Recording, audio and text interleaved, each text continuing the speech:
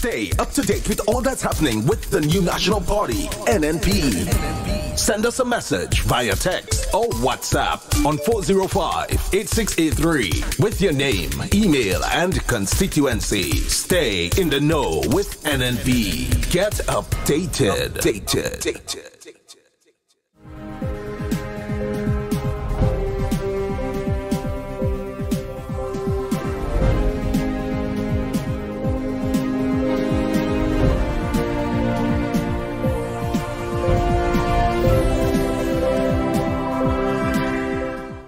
Ministry of Education working towards quick reimbursement process for teachers who experienced salary deductions in error.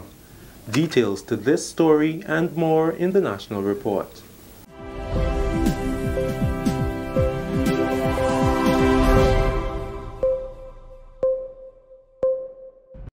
With the details in the news for Thursday, 30th November 2018, I'm Delroy Lozar.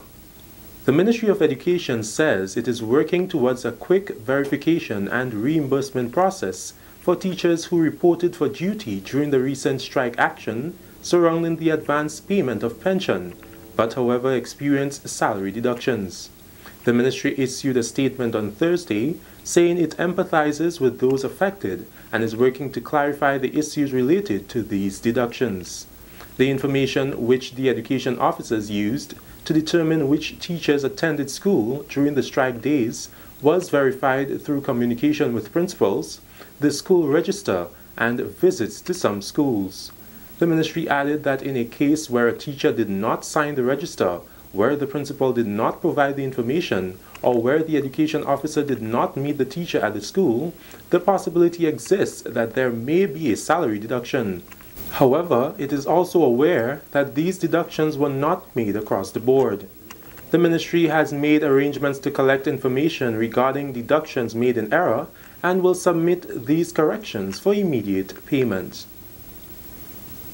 Vendors who conduct their business on the streets of Grenville could be relocated in the next 2 weeks. Acting Commissioner of Police Edwin Martin says they want to move the vendors off the streets and into the market to ease traffic congestion and enhance business operations. An instruction has already been given to the officer in charge of Grenville to start collaboration with the market management, with stakeholders and vendors to give effect to this move by the 15th of December. Speaking with the media on Thursday, the acting police commissioner said they hope the results will be similar to those recorded when the process was undertaken in the town of St. George. As we have done in St. George's, and we have seen the effect of clearing vending off the street has had in the town of St. George, we are now looking to move this into St. Andrew and see if we can improve the environment of doing business in the town of Grenville and make it more accommodating to persons. A significant growth in overall tourist arrivals of 19.19% has been recorded for the period January to October 2018. Communications Officer at the Grenada Tourism Authority, Rhea Murray, made this announcement during an exclusive interview with the GIS on Thursday. Murray says this has been adding quality to the Pure Grenada brand of the Grenada Tourism Authority and adds to the boosting of the tourism product. The stayover market is said to be the biggest revenue-earning sector in the tourism industry and has been recording significant growth, with the USA contributing more than 47%, the UK 16.38%, the Caribbean 18.69%, and Canada 10.25%, with contributions from Germany and other countries. With the launch of the newly built Silver Sands Hotel, among other luxurious hotels on the island, Murray says enormous growth will be realized in the hotel industry, thus boosting the tourism sector and adding quality to Pure Grenada.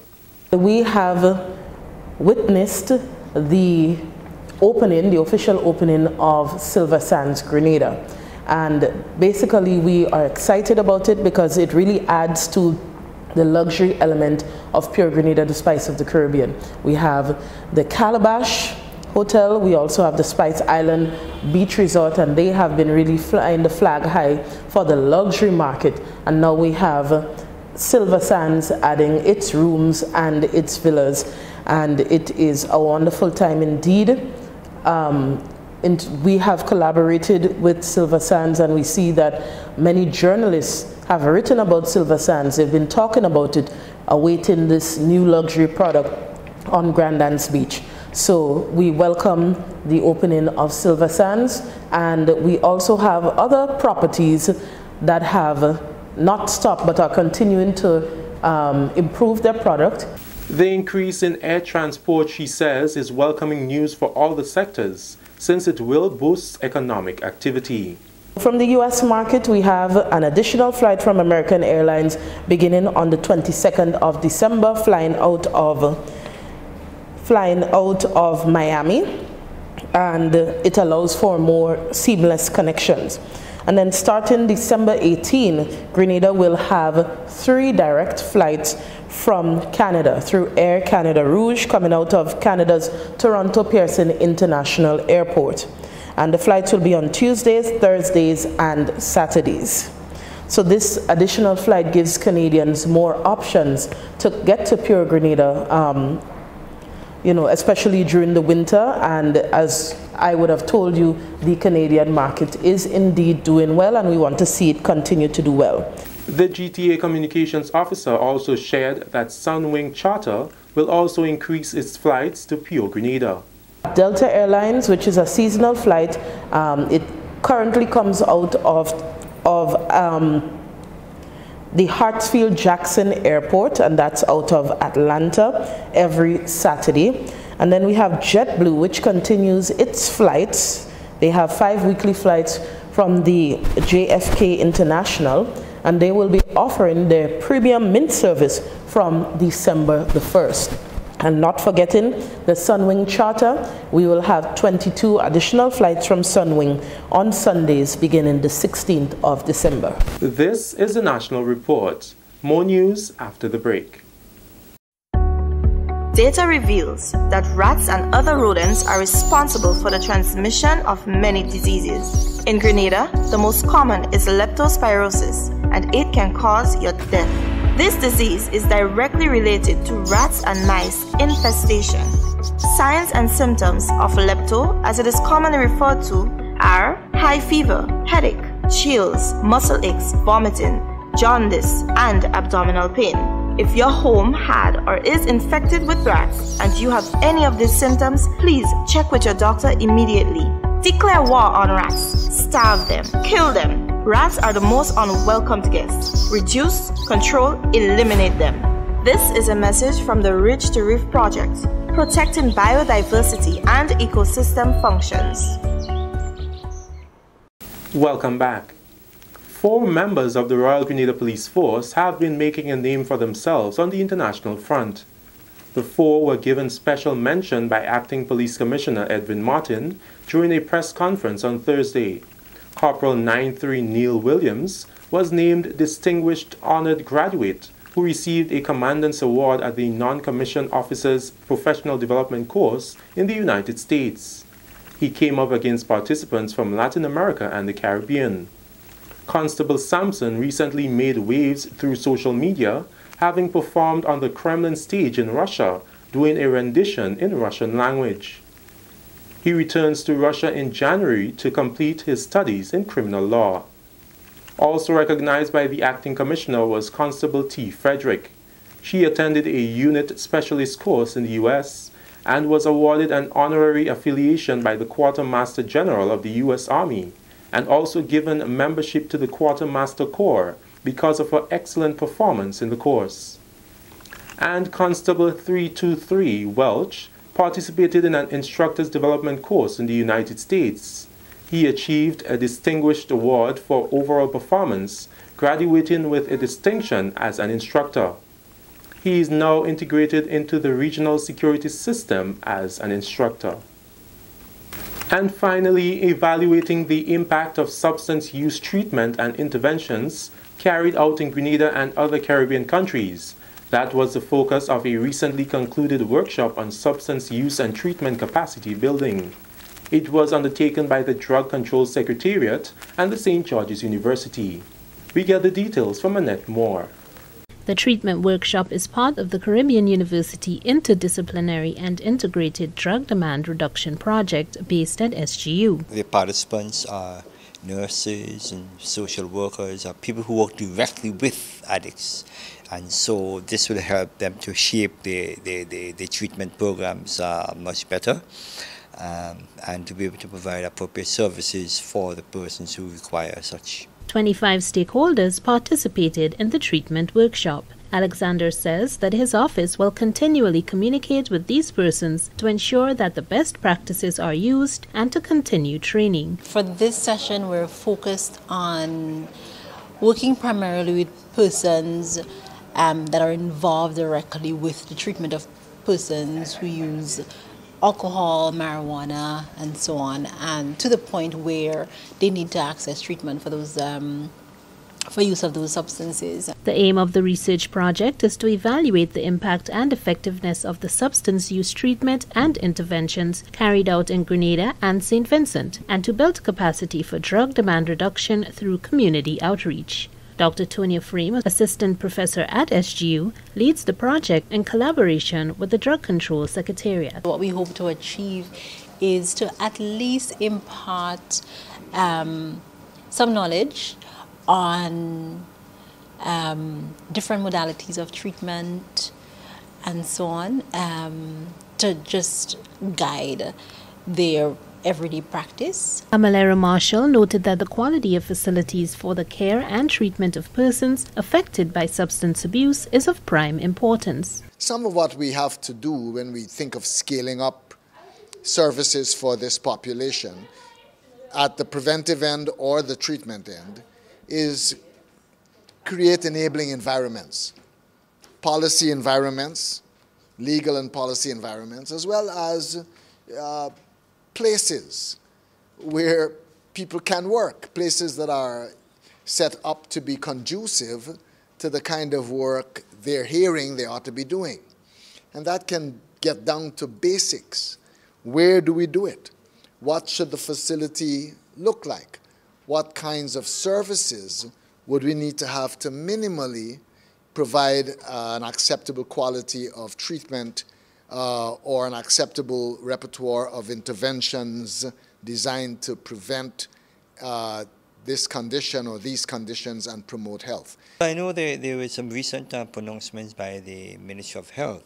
I think the Ministry of Health talked about the relocation of Rathdoon from its present location at Mungay to bring it back to the General Hospital sometime possibly 2019. And I think that's a good step, because what it means is that it will help to remove some of that stigma and discrimination of persons who think that if they go up to Mungay, people think that they're crazy. The Inter-American Drug Abuse Control Commission of the Organization of American States, CCAD, is funding the training for substance use prevention and treatment. The project is almost complete. We still have the community outreach part that focuses on our direct interaction with communities at risk. Part of what we're doing is essentially raising awareness as well. We know substance use is very prevalent in our society.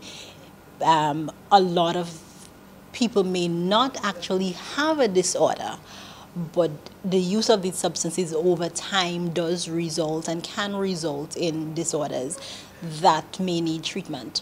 For the National Report, I'm Annette Moore. Thank you, Annette. That story concludes the National Report for Thursday, November 2018. Recapping the main story, Ministry of Education working towards quick reimbursement process for teachers who experienced salary deductions in error. That's all from us here at the Government Information Service. Join us again next time. I'm Delroy Lozar.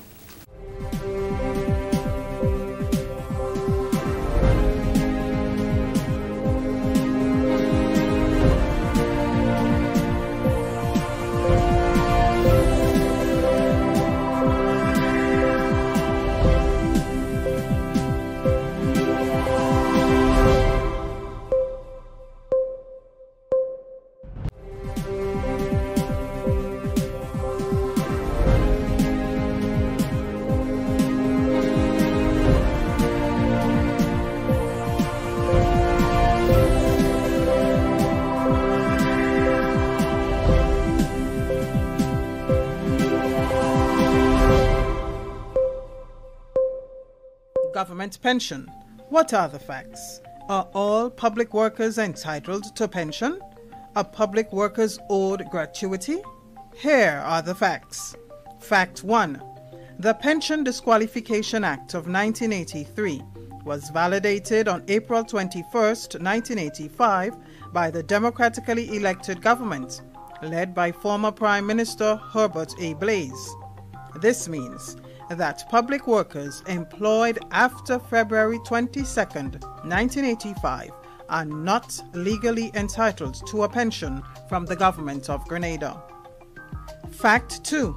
The judgment in the Hermelin Armstrong case does not create legal precedents for the reinstatement of pension to public workers employed after February 22, 1985.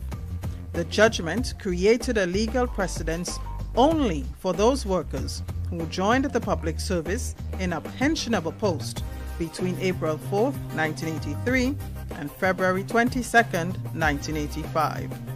There were 56 such workers. The government restored pension to those 56 workers in 2018 at a cost of $7.7 million. Fact 3. All officers employed in a pensionable post who joined the service after February 22, 1985 are not legally entitled to a pension from government. They are only entitled to a pension from NIS once they meet the necessary requirements as per the NIS Act. Fact 4. The Cabinet's decision in 2016 to reform pension is rooted in moral and social justice principles, and it is not a legal obligation. Therefore, any agreement on pension is a win for public workers. Fact 5. The MOU signed between government, the unions, and staff associations in February and March 2018 stated that the pension regime which will be implemented must be affordable and sustainable. Fact 6. The proposed pension regime for public workers employed between February 22, 1985 and December 31, 2018, as stated in the MOU, is a non-contributory pension plan. Therefore, no deductions will be taken from workers' salaries to finance their pension from government. Pensioners also benefit from any future negotiated salary increases. Fact 7.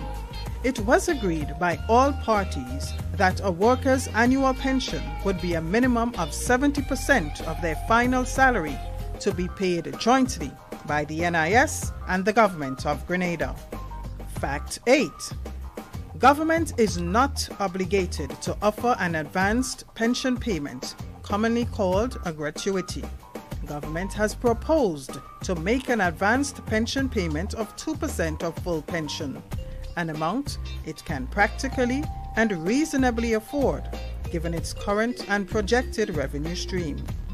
It should be noted that an advanced pension payment is a non-interest-bearing loan that the government grants to the pensioner, which must then be repaid in equal monthly installments in the form of a reduced monthly pension over 12.5 years. Fact 9.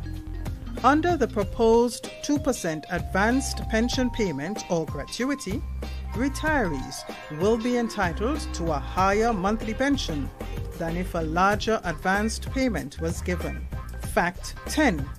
If the government accommodates any higher rate of gratuity, the implications would be severe for the country, as this will translate to higher taxes such as VAT, income tax and property tax, higher import duties, the possibility that hundreds of millions of dollars in grants would be lost, lower expenditure in critical areas such as healthcare, agriculture, roadworks and youth development, retrenchment of workers. These are the facts. Government is committed to an amicable resolution to the pension matter for the good of all Grenadians.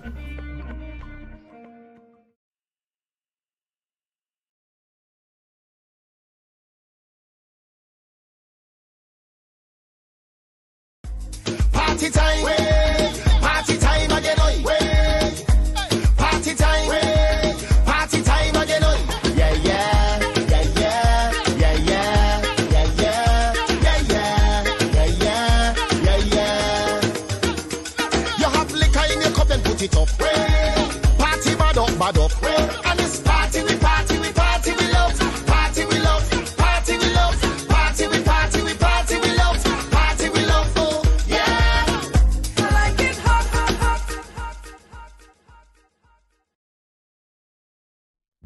There has been a lot of discussion about the proposed changes to the pension system in Grenada. It's quite a complicated subject, so we thought we would help to explain some of the key points over a series of short videos like this one.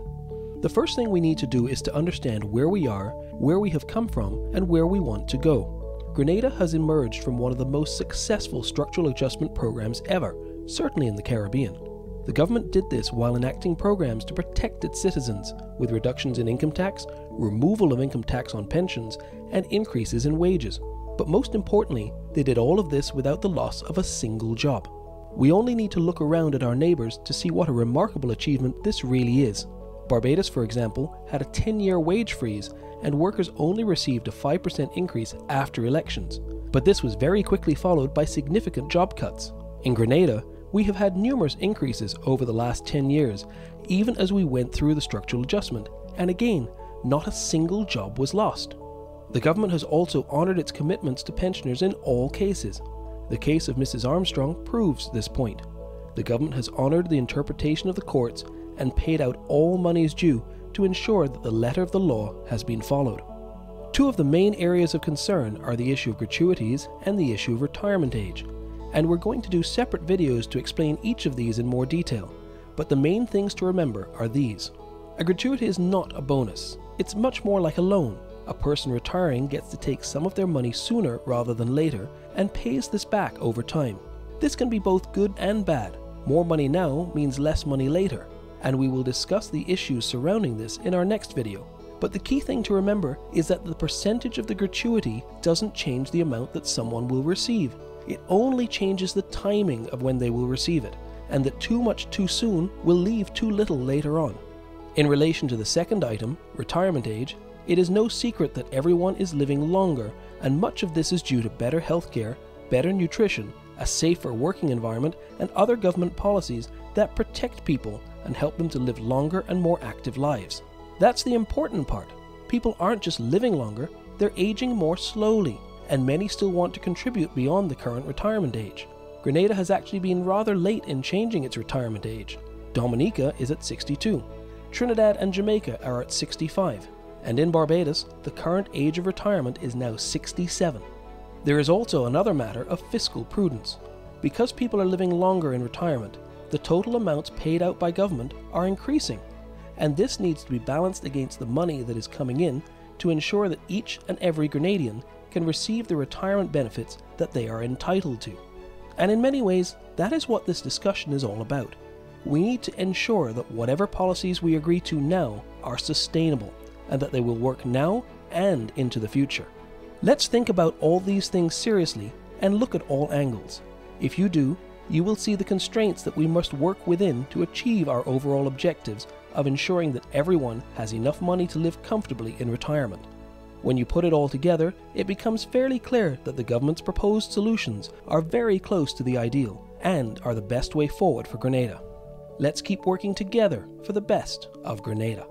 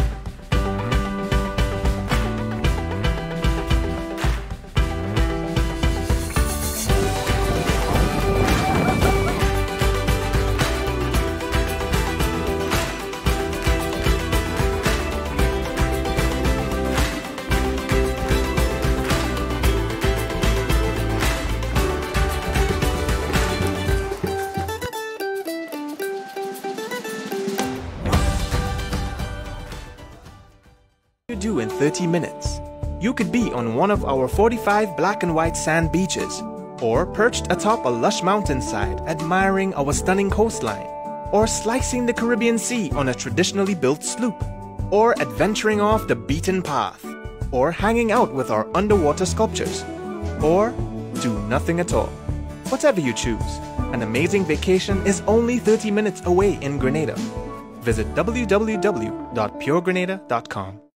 Stay up to date with all that's happening with the new national party, NNP.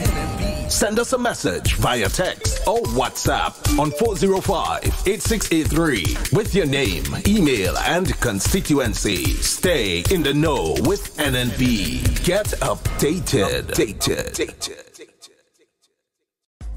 Party time, party time again, party time, party time again, yeah, yeah, yeah, yeah, yeah, yeah, yeah, yeah, yeah, yeah, yeah, yeah. You have liquor in your cup and put it up, party bad up, and this party we party we party we love, party we love, party we love, party we party we party we love, party we love, oh yeah. I like it hot, hot, hot.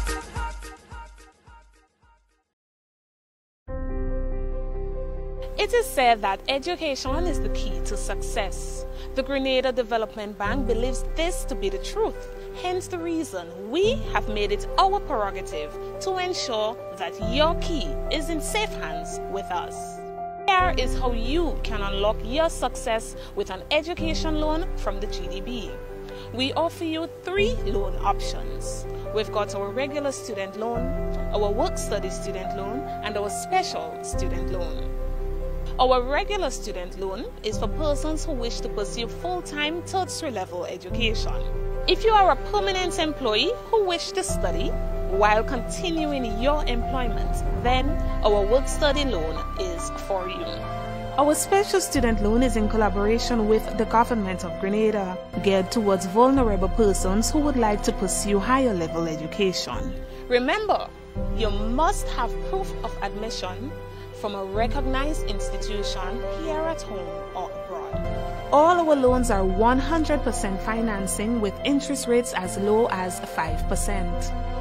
Get your funding from GDB today for your tertiary level education, your technical training or vocational training, even professional development, with up to 12 years to repay. Your future success is today. Grab it now.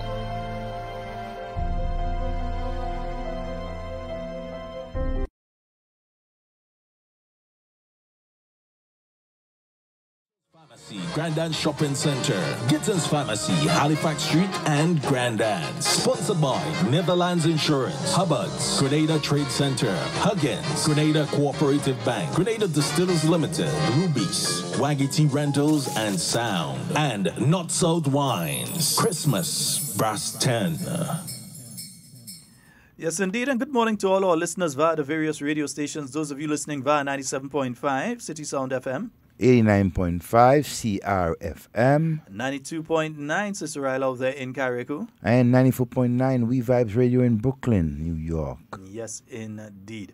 And as we were saying, it's the last day of November, the end of the hurricane season, the official end of the hurricane season. But we've seen hurricanes in December and we've seen hurricanes in January. I can't remember any in February, but I've seen in January, heard of in January before. That doesn't mean that it can't happen in February as well. Exactly. Hurricanes are hurricanes, they form, So you always have to be prepared. And then with the whole question of the climate change and and so you expect climate ain't giving no dollars, boy, strictly change. Only change alone, jingles, not even the silver dollar they're giving. 50 cents and strictly change. 10 cents and things. So strictly change. We gotta be mindful that we get all that change, you'll be jingling on us. So it has been a very eventful week. Final week has been a very eventful month, man. I can't remember a November that has ever been this active. November to remember. So much, this is a November to remember. Judah, it's not a December, it's a November to remember. But a lot of people want to forget this November. This is a November that you'd have wished that. Industrial action, children spent most of the month at home or unsure of whether or not that they should go to the teaching institutions. You have the unfortunate situation where many teachers and public servants have found themselves in right now, where they've had to suffer salary deductions, and they haven't heard from their unions where the strike fund is going to come from, the strike pay is going to come from, for the period of time when they were out on strike. So it is a serious one. And considering that these unions, both unions, they actually get in dues from workers over $800,000 a year. Also, government also gives them a subvention.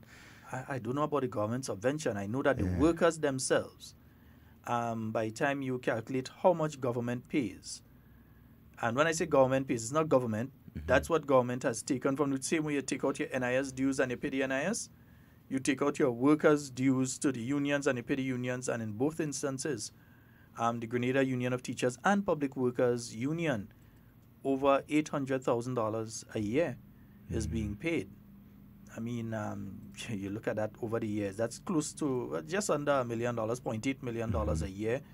Over a 10-year period, you're speaking $8 million there. Over a 20-year period, you're speaking $16 million. Well, you wouldn't even look at the 16-year period. Let's even just look at the shorter period. 10 years. So, yeah, 10 year, or even if you look at the 5-year period, you're looking somewhere around $4 million. So it is, it's not a situation that the union doesn't have dues. Also, usually what unions do, because I had someone on Shaggy this morning saying unions don't have strike fund. That person doesn't know what they're speaking about. Because obviously, if they would just throw their mind back to the brewery strike during that point in time, the unions would have, the TAU would have decided that they're striking, and they activated their strike fund. I think they spent over $700,000 or something during that period of time. And it was around at Christmas time. Just before Christmas. Yeah, and they made sure that they paid their workers out of their strike fund. They made sure it was there so that when they called the industrial action, they were able to handle that. Some years ago, remember Nawasa being in a similar situation where the Nawasa workers were called out on strike and so, and the entity decided no, they're not paying, and strike fund had to help the workers out in that period of time. And even the issue of deductions and that sort of thing, it happened during the time of H.A. Blaze. It would have happened during that period of time as well. So it's nothing new, but it would be interesting to hear what the unions are saying, because what you don't want, what no one wants and no one would be happy for, is that no one would want to be in a situation where they're seeing a teacher suffering. No one wants to be in that situation. We all respect teachers, and no one wants to see a situation where a teacher or a public worker ends up suffering. Yeah? But to all our actions, there are consequences. And they were forewarned on the 7th of November via circular. Some people decided that they would not read the circular, but that they would attack who signed the circular, which was the Minister of Education. Yeah, they decided that they would spend that time attacking her, and they didn't spend the time to read the circular. Yeah? So it is what it is at this point in time, and we do hope that some mechanism is put in place by the persons that caused the situation, the leaders of the unions, because it's not the government that caused the situation. The government has its responsibility, not to just the 15 people who form the House of Representatives, but the government has a responsibility to each and every Grenadian. Yeah? Yep. And as such, it takes its responsibility seriously. The cabinet made a decision on this particular issue. And people were informed that this is what would happen, and instead of focusing on that, some decided that, yes, they're going to take the days off and so, and they decided to, I mean, no one really cares. You put up your placards and that sort of thing. I mean, nobody bothers with that. You see a placard on you or something, you don't bother with that. But at the end of the day, there are consequences. You don't go into a war and expect that you're going to come out all in one piece. Nope, there will be casualties. You know? Yeah. Good morning to all of you on the live. A special good morning wherever you are. And so it's a beautiful Friday morning in Spice Country. And so, you know, I don't know, Sheldon. It's a period in time when all of us have to just make one step backward and just reflect on all the things that that has happened and the position we are in now and the way forward. You know, and once we do that, sober heads, and so I think our country, you know, will prevail. Good morning to all the parliamentary representatives, wherever you are, especially the 4 young, beautiful ladies of St. Andrews. You know, Honorable Keita Lewis, good morning to you and your constituents. Yeah, Honorable Yolan B. in Horsford, good morning, Southwest, and Honorable Delma Thomas. Good morning, and Honorable Emmeline Pierre, the MP and minister that is basically in the spotlight, you know, these days. But I'll ask this question though, because I've been hearing it from some of the people, and I think it's an issue that we need to ask about, and we need to ask about. And hey, don't get it wrong. I paid union dues into the Public Workers Union, so I have a right. I paid dues into it. I have a right to ask what is up with the union dues and what is up with the funds and that sort of thing. I have a right to ask. Because if they check their thing, even if it's $60 I pay, $70 or $100, I paid into the public worker. And if they want to give me back my money, I don't mind. I'll take it. Yeah? So they could give me back my money and tell me I can't ask a question. But I paid money into it and was never represented by it anywhere. They never represented me and other unestablished workers, contract workers, and so they've never represented us properly. And I say that without fear or favor. The Public Workers Union does not properly represent unestablished workers. So it's a double standard, basically. Yeah. There's a situation a couple of years ago where a negotiation took place for public workers to receive they've got the 3% in 2017, 3% in 2018, and 4% in 2019. Yeah. So they got a 3% increase in the year 2017. Their salary went up by 3%. Then their salary also went up by 3% this year. Yeah. And their salary will be going up as of January by 4%.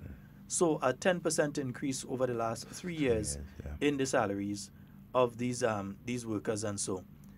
But the unestablished workers who also pay union dues did not benefit from that. That's only the established workers, only those who have a letter from the Public Service Commission, only those who have a letter from the Judicial and Legal Services Commission. Those are the only ones that would be represented by the Public Workers Union and those represented by TAU. Those are the only categories of workers that receive those increases. Meanwhile, you have loads of people who may have been even on an unestablished staff for as much as 10, 15 years. They're not under the Public Service Commission. They ascribe to the rules of the Public Service Commission, but they were not given a letter by the Public Service Commission. These individuals, in 2017, last year, when the raise was given, they got the 3%, and the following month it was taken back because they are not there. They were not part of the whole bargaining thing. So who's bargaining for workers that are not established workers? The Public Workers Union is supposed to be arguing for them because these workers pay union dues. They pay. Even if it's $20 a month, they pay. So then why? I can tell you that because between 2008 and 2009, I paid. And I don't think I was ever represented properly. Because when you had any increase and that sort of thing, you didn't get. Well, it didn't have, back in them days, it didn't have, take out any. 2008, I say, the 2009. Oh, it was 0, yeah. Raise? Yeah. But when they... that was the reason. It's the 3 zeros. 0, 0, 0 on top of each other. No, but I think it's unfair. Now, with the Memorandum of Understanding, though, Phase 2 deals with the unestablished workers, these workers that are paying their dues but have not gotten any of these sort of things. Let's go to the phone line because somebody's trying to call. Good morning and welcome. Good morning, sir. Good morning. And how are you doing? How are you doing? Oh, I'm we're fine. All right. I need for somebody to explain income tax. for me? And when is the money collected by government? At what stage it becomes the people's money? Okay, no problem. All right. No, I can't fully explain income tax. Economics is not my area. I have an underside pay income tax. And income tax is removed from your salary before you get it. According to one of the comedians in the United States, he said tax is like a hijack. Before you even get your salary, it's like somebody intercept and go with it. Yeah, cut a piece out of it. So income tax is paid out of your salary. Your employer would remove that figure and send that figure into government, and then you do your tax returns and so on and all of that. But income tax is based on a percentage of your income. Yeah, and in Grenada, it's not across the board for everyone, as some countries have pay as you earn and all this sort of thing. Yeah, that sort of thing. In Grenada, it is income tax. It's only for persons earning over a certain figure, and at a point in time, it was at 2 levels, and so it has been reduced by 2%. For persons, I think, earning over $5,000 has been reduced by 2%. So there's quite a lot that you could we have to say about income tax, but I'm not the proper person to speak on it. And I don't want to say something I'll come and take back. So I prefer to get an expert in. We're looking to have the Honorable Oliver Joseph in sometime with us next week. Not Monday, not Tuesday, not Wednesday. Let me announce now. Tuesday, Wednesday, and Thursday, guess what? Senate. Right. Tuesday, Wednesday, and Thursday, Senate sitting. So we'll be having program on Monday, and we'll be having program on Friday. But Tuesday, Wednesday, and Thursday, Senate sittings. Thank God, Tuesday is my birthday yesterday. Your birthday? Everybody have one of that thing, but everybody have one of this. Miss Clytie, a special good morning to you, my love. I hope you're having a fabulous day today. Miss Bernice, Mammy George. Yeah. I see certain people walking with a little crutch and thing, but Mammy George, I see him. Right? Nice. I hope everything is going okay for you. And Miss Jacob and Cammy. Yeah, morning, Cammy. Cam, I ain't find I talked to you yesterday, no Cammy. Now, if I ain't hear you today, I have to call you anyhow. I ain't find I talked to Cammy yesterday. That's not a glimpse yesterday. And I ain't talking about on radio. I find I ain't talked to her at all yesterday. I mean, I was running up and down, but that doesn't feel good. I have to talk to her. Yeah. Cammy, I always have to keep. Yeah, times she have some rough nights and so, definitely. Yeah. And so, but hey, God is great, girl. So we will get there. So maybe that's how the unions could afford them kind of lawyer and them like Jimmy.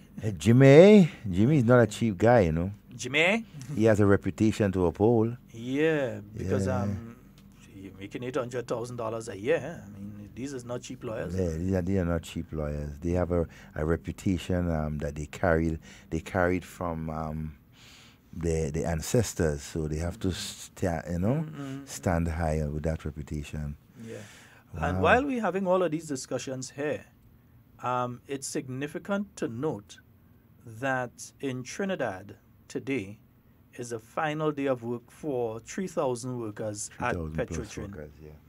And out of those 3,000 workers, 700 are going home without a pension, without a gratuity, without a goodbye hug. Nothing. Just the final paycheck. Nothing. You have others who've gone home with some handsome packages. Yeah. These 700 are what we would call here unestablished. It's not some fair. Some of these people have been working 20 years. Yeah, it's not fair. With Petrotrin. I know some of them personally. Some of them personally.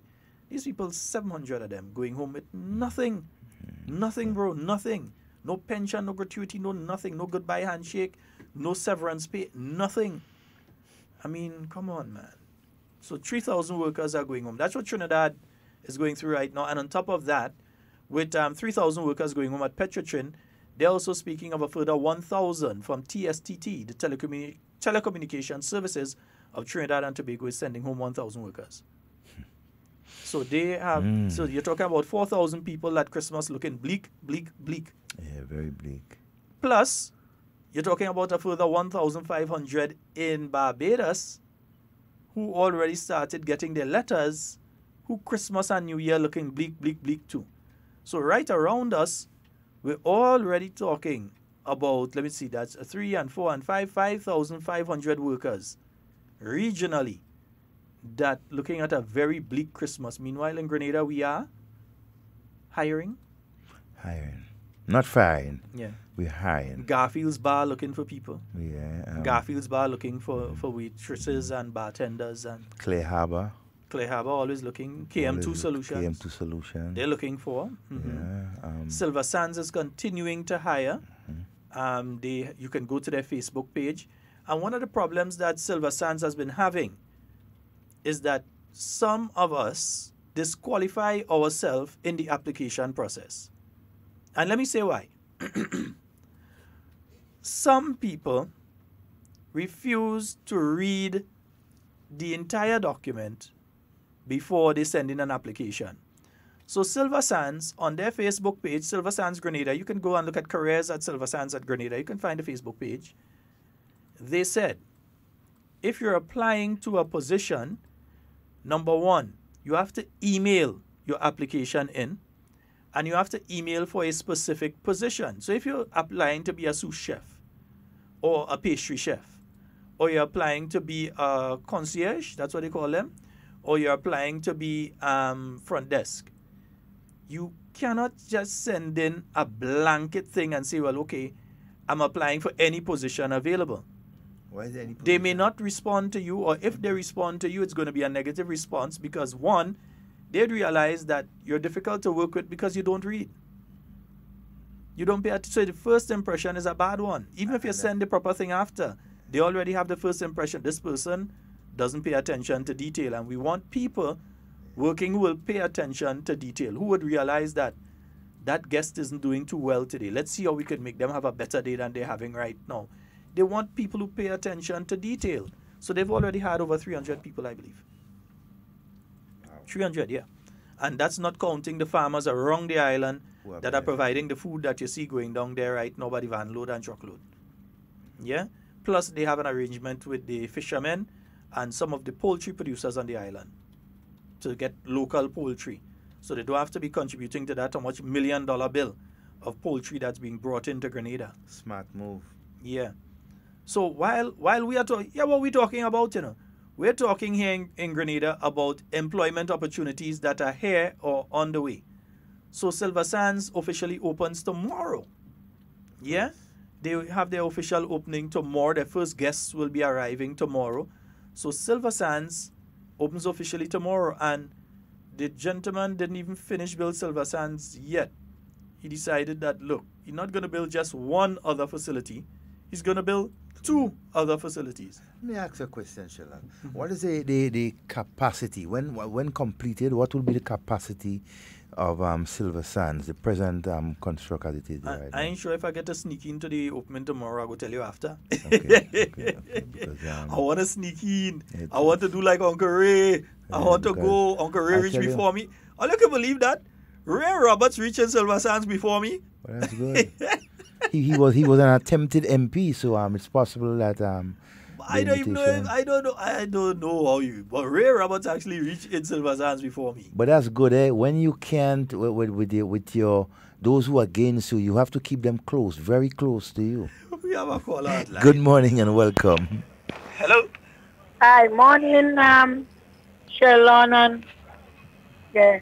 Morning. Morning, I didn't order today. What is? Can we doing business? I didn't order today. Can we doing business? I didn't order, but I will pay later. Sheldon and Devon, good morning. How are you all doing? Good. I hear you say you didn't speak to me. Well, I'm not in good health. I'm not in good health, Sheldon, a day. Yeah, but you know if Thank God, but I'm have life this morning. And I'm hurting so much, with people that when they see me, they have to say something negative. I don't run for public office, and these people that meeting me and saying all dirty things, if they see the Prime Minister now, they change their mouth, they will say something different. If they see Mr. David, they won't say the things they're telling me. I go to the health clinic, I go in the hospital, up there, some of them throwing words at this I that owe them money, as it is me, Camille, that tell them, don't go to work. As it is me that tell them to strike, and they have to stop that. I don't tell them people don't go to work, not me, I don't pay them. You understand? And they're telling me all dirty things, some person and so what about me foot. I'm not the only person in Grenada, Mr. Scott, that's sick. Not me alone. I go in here, today this month to the injection. I see about the amount of young people there that's sick, something that bring them there, and they must stop harass me and show words for me. You understand? These people just have all the things to say. I'm a human being. I have feelings. Why me children don't help me? They have to leave me children out of that. I don't beg these people for nothing. You understand? And I had to say that this morning because it's not nice that people meet you and harass you. You understand me, Mr. Scott? That hurting me. I understand you totally. That's why I just If let you you want speak. to not cut me, do the surgery on the foot. And people pass in and tell me how kind of thing. About why Peter does this and Peter does that. Peter is not my father. Peter is only the MP and I support him. I don't understand why Grenadians doing that. I'm not the only person that have a problem that's sick. I see people in this country that have money and they go around on motorcade and asking for help. And people are harassing me every damn day, excuse me, harassing me. It's not nice. Have a good day, all you. Party everybody to have a good day. We want you try to have a good day today. Bye-bye. All right. But I will always have a good day. Believe me, I will always have a good day because at the end of the day, I learn how to compartmentalize certain things. So I'll always have a good day. But we want you to have a good day today, Kami. Yeah? We want you to have a good day today. And you see, you know where's your complaint. Some of them you know where's theirs. Man does be walking on the road good, and blip. They drop. Yeah? So it's not good if somebody is ill or has a complaint and you're throwing words. You're pouring boiling oil onto yourself. You're pouring, I'm telling you spiritually, you're pouring boiling oil onto yourself. I don't rejoice in anybody's illness. Same way as I don't rejoice in the pain of the teachers right now. I make a post on Facebook. People take it to mean like somebody rejoicing. Nobody's rejoicing. Nobody's rejoicing. This is nothing to rejoice about. We empathize with the teachers. We empathize with them. We understand what they are going through.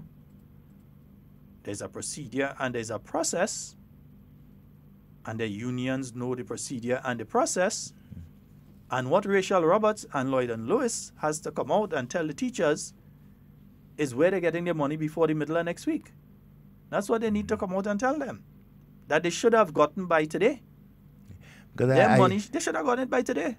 Yeah. I strongly feel, and I keep saying, that the leadership of the unions are responsible for where the teachers and even public workers are right now in terms of bad advice and hasty to make decisions before sitting down and negotiate, you know. So when you do things in hot-tempered way and without thinking, without counting to 10 before you make a decision, then that's the result of it, the mistakes. And you see, the average teacher have to suffer because, in my view, of bad management through the leadership of the unions, you know.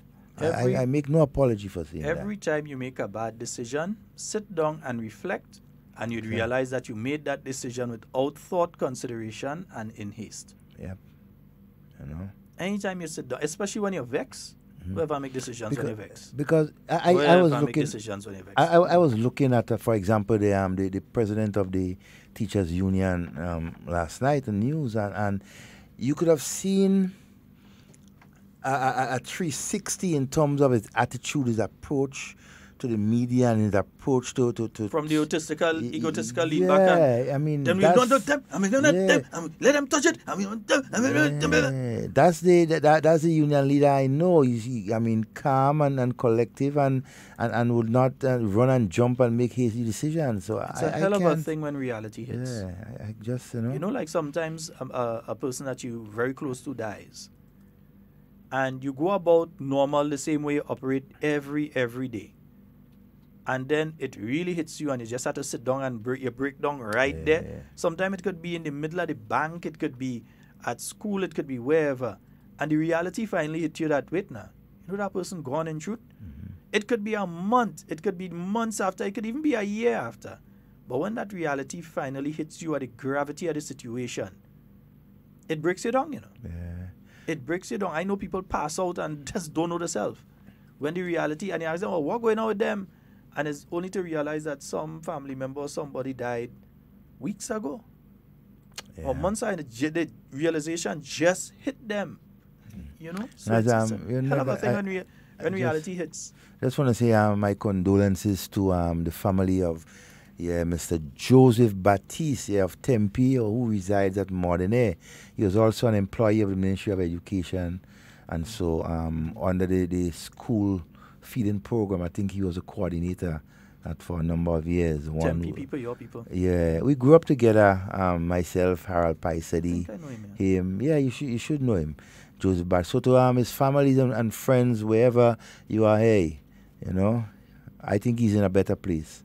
And so on. We just have to, you know, take it easy. Yeah. You know? There's nothing else you can do. Nothing else you Some can. people can't take it easy, they take it hard. Yeah, some people. Yes, folks. Yeah. 4407377 and 347-329-3101. Give us a call. Yes, Okay. indeed. And folks, it's quickly going up to the 11 o'clock hour. In fact, we're just a few seconds away from 11 o'clock already. 1 hour gone from the program for today. The program, and we hardly have program next week. Yeah, basically two programs and so. I want to make a recommendation, Sheldon, to all our politicians out there and legal luminaries, persons who have the experience and the know or have the information, and especially from that era, 1983 era, when the whole question of NIS came into play and everything like that. I would really love to appeal for all of us, whatever information we have, we can continue to educate our people on the what happened, the ramifications, and so what it meant for workers or for the country on a whole. I don't think enough education over the last number of years has been disseminated to persons. But at the same time, too, as Grenadians, we need to seek out information when it comes to the whole running of the NIS and the reason that it was implemented and everything like that, you know, because at every turn and there is a problem, an issue,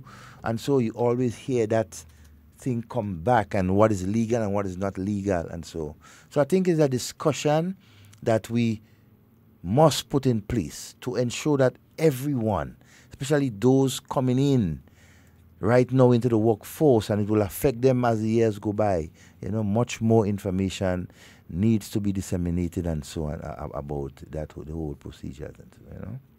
Yes, indeed. 440 7377 and 347-329-3101.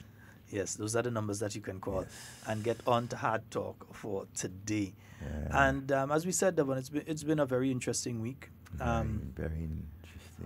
I'm not finishing the week. I'm having an okay day. I'm not finishing the week though.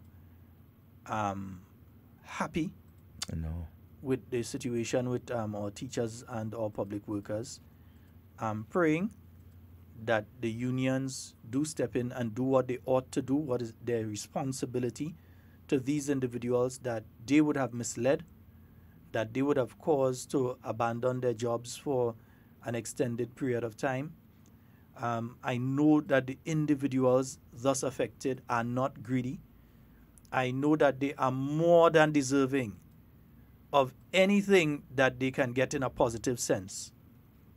Be it if they could get a $2,000 at the end of the year, additional, as a bonus, or whatever it is that they receive, I am all for it. In fact, they did receive a little something earlier this year and last year also. Last year, the 2 one-off payments that they did get. So the union membership did get that. And I'm all for those sort of things. But we must remember that the rest of the population who make sacrifices too don't receive such. There's no union for everybody else that's just not part of these things to say to government that we have to get A or we have to get B. And I think... There's a call. Hold the thought, hold the thought. Good morning and welcome. Good morning. I hope you all can hear me well. Oh, yes, we can. I have a question. It may be relevant to what is happening now, or it might not be. I had a discussion with a friend of mine this morning, and she was telling me, based on what Mr. Rulo said, that the Constitution of Grenada is illegal, that Eric Gary didn't do something. She doesn't really fully understand herself. Mm-hmm. So I just thought I'll call and find out from either Sheldon or Devon. If this is so, in a nutshell, is part of the Constitution of Grenada illegal? Is it illegal? I would just like to know. And one other thing, I hear that the teachers are going to do a work to rule on Monday. Is that industrial action? What is that all about? Should they be doing this while they are negotiating? And the key word here is negotiating. And I would like to hear your gentlemen's thoughts on that. I will put down the phone and I will listen to what you have to say. Right. Thank you. Thank you. Thanks for your contribution. Devon, you wanted to go on your point first before we go on those two? Yes. One of the things, too, that some of the issues that persons are not paying attention over the last couple of years, right? Teachers in particular, they have been on the receiving end from government, right? And so in terms of so many benefits that they deserve, right? But it came into short space of time. Within 4-5 years, you had over 400 teachers being regularized, being made permanent, and everything like that, plus the other things that go along with it. And I don't think it is fair. Just, you have an issue with government, right, for gratuity, which can be negotiated. And the first thing you jump and do is to take industrial action. I don't think it was wise. I don't think you're setting the right precedent and so on. What are the examples that we're setting for our children? Devon, the other thing is, remember, it's a negotiation for the level of gratuity, not for gratuity, because government has said they're giving you a gratuity. Yeah, the formula. They are guaranteeing you a gratuity. Of course. But the formula as to how much. So how much. And the thing is that there's this misconception among a lot of persons that what is being marched for and discussed now are some immediate payments to some of these people. I've seen people marching and who in front of the march that actually believed that they were marching for some money that they're going to get now for Christmas time. For the Christmas. Or that they're going to get this money first thing next year or so on. Well, unless they have made the 26 and 3/4 or they have attained the age of 60, this thing isn't going to affect them. I know some of these people that are marching there and that are talking about this issue that don't really have a clear understanding and would not themselves benefit from this issue until the year 2041, 42 in some instances. Not even the 2030s, Some of these people and them, because some of them just get appointed this year. Yeah. Some of them just get appointed this year. Some just been appointed. They may have been working for a number of years, but in terms of... It was not in an established position by the Public Service Commission. They may have had a cabinet appointment from the cabinet or something PS like letter or something like that, but it was not that sort of appointment. So they cannot qualify using that. Maybe one of the things the unions could argue is how do you merge it? Yeah. For some of those, but they're not even having those discussions. Yeah. You must have these discussions. All these little side discussions because it affects a lot of people. And benefits, eventually benefits all involved. I have a friend who joined the Royal Grenada Police Force at a particular age.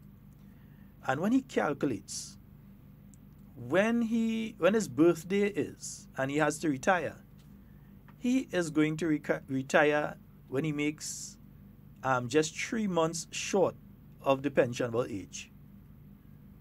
In other words, he will attain the age of 60 and he would make the 26 but not 3/4. He make 26 and a half. So he will have to. So He'll does that? He'll be 3 months short of making the pensionable age. So can he? And he can't stay in the service past the 60 year. Wow. He cannot stay and say, well, okay, I'm making up the 3 months. So in a case like that, what? You have to apply to cabinet for a special pension. Discussions, negotiations. You have to apply to cabinet for a special. If the pensionable pension. age was raised from 60 to 61 or 62, he could make the 3. He could make the additional year, and he could. But as it is right now, he is falling short by just imagine that, that you're looking at this thing and you're realizing that by the time I take 60, I'm still falling short by 3 months. How do you deal with situations like that? And individuals like that? Discussions has to be, But anyhow, the lady asked a question. 2 questions. Yeah. So let's deal with the questions before we end up on the the Constitution. I mean, I've heard, Brother Rollo say so many things about our Constitution, but I'm not a legal scholar, I'm not a legal luminary, but my humble beginning, we have a legal constitution that we have been operating under since 1974, since independence. There has been some changes and at one point in time our constitution was suspended for a period of 4 or 5 years it has been reinstated. So as it is at this point in time, based on Grenada's knowledge, we are operating with a legal constitution. That is why our and we're not saying we think that. We know for a fact that our constitution is legal. For instance, I answered that question to Mr. Rollo before on television and radio at GBN about 2 years ago. I answered that question, and that question has been answered by several regional and local legal persons, constitutional experts, etc. It is just a matter of the individual refusing to accept the answer that he's given. And I'll read here from an article that was written by Sir Lawrence Joseph, Dr. Lawrence Joseph. He has a doctorate in these issues and so. And in fact, I think he did his doctorate on the Constitution of Grenada and that period of the revolution and so on. There was his doctorate dealt with part of that. But he does say in his piece here, and I'll read it because I think it's important for individuals to hear it, and I'll come back to the phone lines. Significant questions may therefore be asked. Was Grenada's constitution properly patriated? Is Grenada's independence to be called into question? Is Grenada's constitution valid? In an effort to answer these questions, it's important to examine the facts. The facts reveal that at the beginning of the document comprising the Grenada Constitution Order of 1973, reference is made to 2 orders which were issued by the Queen's Most Excellent Majesty in Council on the 19th of December 1973. So the Queen issued those things on the 19th of December 1973. That's why we call the Constitution the Grenada Constitution Order 1973. Nice. So outside of that, the first is the Termination of Association Order 1973, which order effectively terminated the status of the UK's association with Grenada as of the 7th of February 1974. So as of the 7th of February 1974, the UK cut us, whap.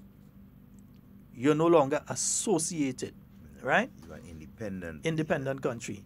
The second one, entitled the Grenada Constitution Order 1973, acknowledges that a resolution was passed in the House of Representatives of Grenada on the 12th of October 1973 and by the Senate on the 15th of October 1973 requesting and consenting to the making of the said order. The order itself provided for the coming into effect of the Constitution of Grenada on the date of Grenada's independence on the 7th of February 1974. This constitution is specifically outlined in Schedule 1, which is annexed to the order. And if you have a copy of the Constitution, you could go to the government treasury, buy your Constitution. Please, folks, because of all different issues and you hear people saying things in the Constitution that are not there, educate yourselves on it. Go to the government printery, pay $25, get your hard copy. If the internet go down and you can't access the one on the internet, at least you have your own hard copy. Go to the government printery in the ministerial, well, at the ministerial complex there in the immigration building downstairs, purchase a copy. Based upon the above, it is reasonable to conclude that the Grenada Constitution was properly patriated because the Parliament of Grenada both requested and consented to the Grenada Constitution Order of 1973. It may be agreed, however, that Grenadians in general were not consulted on the matter. This in itself does not constitute non-patriation.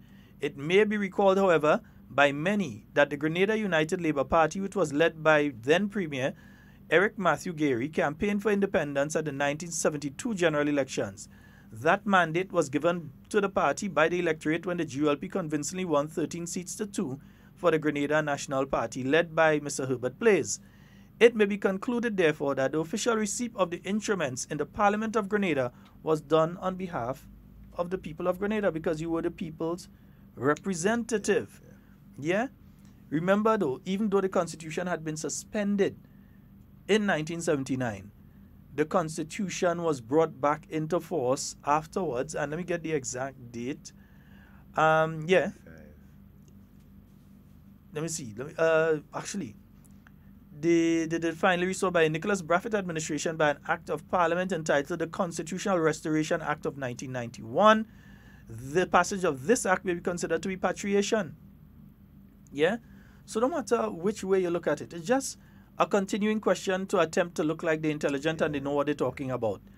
Now, law is not simply just that. There are a lot of different things for interpretation and so in law that you have to learn and go to university and learn, yeah, in relation to law. So it's not just a simple thing as you find that, look at that, and that is what. No. Yeah? Interpretation. That's why interpretation is key. There's a specific thing for drafting legislation. That's why there's a legal drafting unit. This is something that people go to university and so on and learn. And because it has to deal with how the different individuals will interpret, how to make it as clear as possible for anyone to interpret. Yes, so that when a bill is drafted and it's sent to the Parliament, that the parliamentarians will understand and can make recommendations for alterations and so on to it. But that's another issue. That was one issue. The other one was in relation to the work to rule by teachers as of Monday. What the teachers are proposing is that they will only do the absolute necessary. If they have to report for a specific time, be it 8 o'clock, they will be on work at 8 o'clock. They will carry out only the duties that they are supposed to carry out, no extracurricular activities, and that they will leave the school premises exactly at the time that their shift ends. When they're supposed to leave, they're going to leave. So if they have to leave at 2:30, if work is between 8 and 2:30, they're going to stay in the school only between 8 and 2:30. They are not going to teach any evening classes. They are not going to be doing any extracurricular activities such as coaching sports. Fundraisers like I see a lot of the schools have been putting off their fair and all these sort of things. So they are not going to be doing any of those things. They have refused to do any of those things, which leads me to ask, where's the Parent Teachers Association? Yes, that's our next point. Where the Parent Teachers Association? So This you is- tell me this is it's where- all up to the teachers right through, or the teachers are right to sit into it. The parents supposed to play a role as well.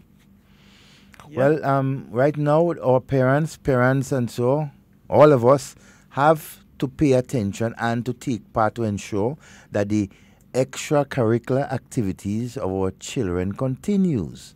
Right? That's what we are there for. Because at the end of the day, the ones that are suffering here are the children, you know. Yeah, the children. When they work to rule, they are not affecting Dr. the Right Honorable Keith Mitchell. Nope. They are not punishing him.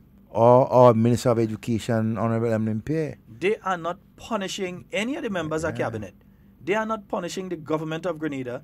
They are punishing the children. Yeah, the future of our country. That they say they love. Yeah. That's who they're punishing. Yeah, and they have already been punished for this month already, to the point, as Devon and myself had been saying yesterday, that some of them don't even want to go to school. Exactly. Some of them, they pick up the negativity. They just miss that they had to go. But not in my case, my own like to go, but she has a wonderful teacher. Isaiah and them just, you know. No, I want to ask that, Sheldon. No, if I mean, the children were to say, look, we can't go on like that. Right? If they decide to to basically turn and say, look, if you can't do what you think and we're not paying attention. I mean, if they decide to take some action, then you say they insubordinate, they rude, they not, you know, so and so, because this is something that affects the core, right, of this nation, the children, the future, right, of this country is being affected, and it's being affected, in my view, in a wrong way, right? We cannot continue doing that. You know. But it says a lot too, and let me state here. Leadership. Let me state clearly here. It is unfair of any parent to be sending their children to school with the intention that the teacher have to take their money and feed them. Yeah, it's definitely unfair. You ain't a parent, you're a leech. No, I have to say it straight as it is. You can't be doing that because, listen, government has programs in place for these things. They have seed program, they have the school feeding program, they have these different things that are in place. So it shouldn't be a situation that your child going to school and has to be dependent upon a teacher to dip into their pocket and take out their money to buy lunch and buy break. A teacher, and I've seen teachers do it. I know teachers do it. And they do it because they care, and they find sometimes the parent may have lost their job or whatever it is, and so on, or the between jobs. I know, they understand. It's a single mother, and so on. So they understand, yes. But still, when it's not a situation like that, and if you're just sending your child, because the same people, in some instances, that finding time, and are talking to us, we're talking as big man and woman, right? Talking as big man and woman, let me talk as big man and woman. The same people that have dependent on the teachers right now to do all these sort of things is the same one you're going to see in December, to remember? Is the same ones you're going to see in the Mother's Day show. Yeah, or Waggy Bingo and Christmas Waggy Bingo, every bingo, you're going to see them there. Nobody is saying that you can't go and that you shouldn't go. I encourage you to go out and relax yourself and so. Priorities, but though. Don't stretch your hand where your don't put your hat where your hand can reach. Hand can reach. Because some individuals, they want to go in every show, every activity. They want to be in every party in the village, the community, everything. They want to be in it. Some fathers want to sit down by the bar and they want to drink out the bar and they want to give all their friends a drink and even people they don't know a drink. And by the time they finish, they go home and they can't give the child money to go to school. That is wrong. Really wrong. It is wrong. And maybe this little action by the teacher is going to make some parents stand up. And wake because up. At the end of the day, the ones who are suffering is not the teachers, you know, they go have more spending power, they have the money. Yeah, is the parent, I mean, if they decide that they go in and do things a certain way, that's up to them. But the children are the ones that we have to always remember. Remember, the children are the ones that are there. They are the ones that can suffer whichever way this goes. And they depend on us. They depend on us, parents and teachers. Yeah. Either way, we disappoint them, it will affect them. Yeah. So we need, and that is why, I mean, the Parent Teachers Association. I see you talking and you're thinking so and so yeah, and so. I'm watching. Don't go and knock your hand in. I stay in a little distance away from the... Helen Marie, good morning. You know you don't do you know a hand already. See you thinking like you're fighting karate and you're thinking and you're thinking and you're thinking. All right. I mean, but we just... Let's say as parents, we have to stand up too, man. I mean, whether you become more involved in the... whether you become more involved in the PTA and the activities at the school, yeah. So if the teachers want to help, they help. But as parents, you organize, pick up the slack, and you make sure that what has to happen for your children happen. Yeah. I am sure that there are parents who, for the Arts Festival, could have coached children in the school. There are resources for parents who can teach children choral speaking, or be the choir master or choir mistress, or so on, or teach them to play a musical instrument, and that sort of thing. Yeah, so instead of lying by the bar for the evening, you take a little time and go with the children and so on. Yeah, but don't depend 100% on the teachers. But you have some teachers, irrespective of what the leadership, the union leadership will tell them, what is built in them as teachers, right? They cannot stand to see certain things taking part with the children and don't be a part of it. as much as they would want to. They want to be a part of their struggle and whatever. But as a teacher, a true teacher, when you see things going on the children of well, you call it your children, when they are participating and they need their assistance, and you know that is the role that you're supposed to be playing, it will hurt. It hurts you. Some of you would, I don't even know. if it's the parents take over and start to do certain things like coach, because a lot of the parents, you watching some of these young ladies with 3 and 4 and 5 children and so on, they used to run in intercall and lick up the place, you know. Yep. So they could coach. Young footballers, Because men who, they just haven't gotten the opportunity. Exactly, to and do that's that. why they're not in it. You might be surprised to see some schools that didn't used to do so good. When the parents become more involved, like how GBSS parents involved, become more And involved. Anglican High School. And you have to just put in the old 13 bullets. Yeah, together. well, it's a combination, you know. And we're not saying this as a means of boycotting the teachers or that sort of thing. We're saying that even if the teachers went back to their normal way of operating, it's important for parents to do these things. Do that, yeah. It's important. That's part of that's parent teachers. And then again, yes, we are saying it because it's an alternative. Good morning and welcome. Yes, sir. I would like for you to explain in detail Chapter 5 of the Constitution, page 73, and Section 75 onwards. I need to not today, so we're get not some having information on that. My brother, we're not having a discussion on the Constitution. Hello? We're not having a discussion on the Constitution. No, I'm not hearing you much. Okay, well, you'll hear me off the air then. Okay. Yeah. We're not having a discussion on the Constitution today. I think there's some other issues that we're discussing today.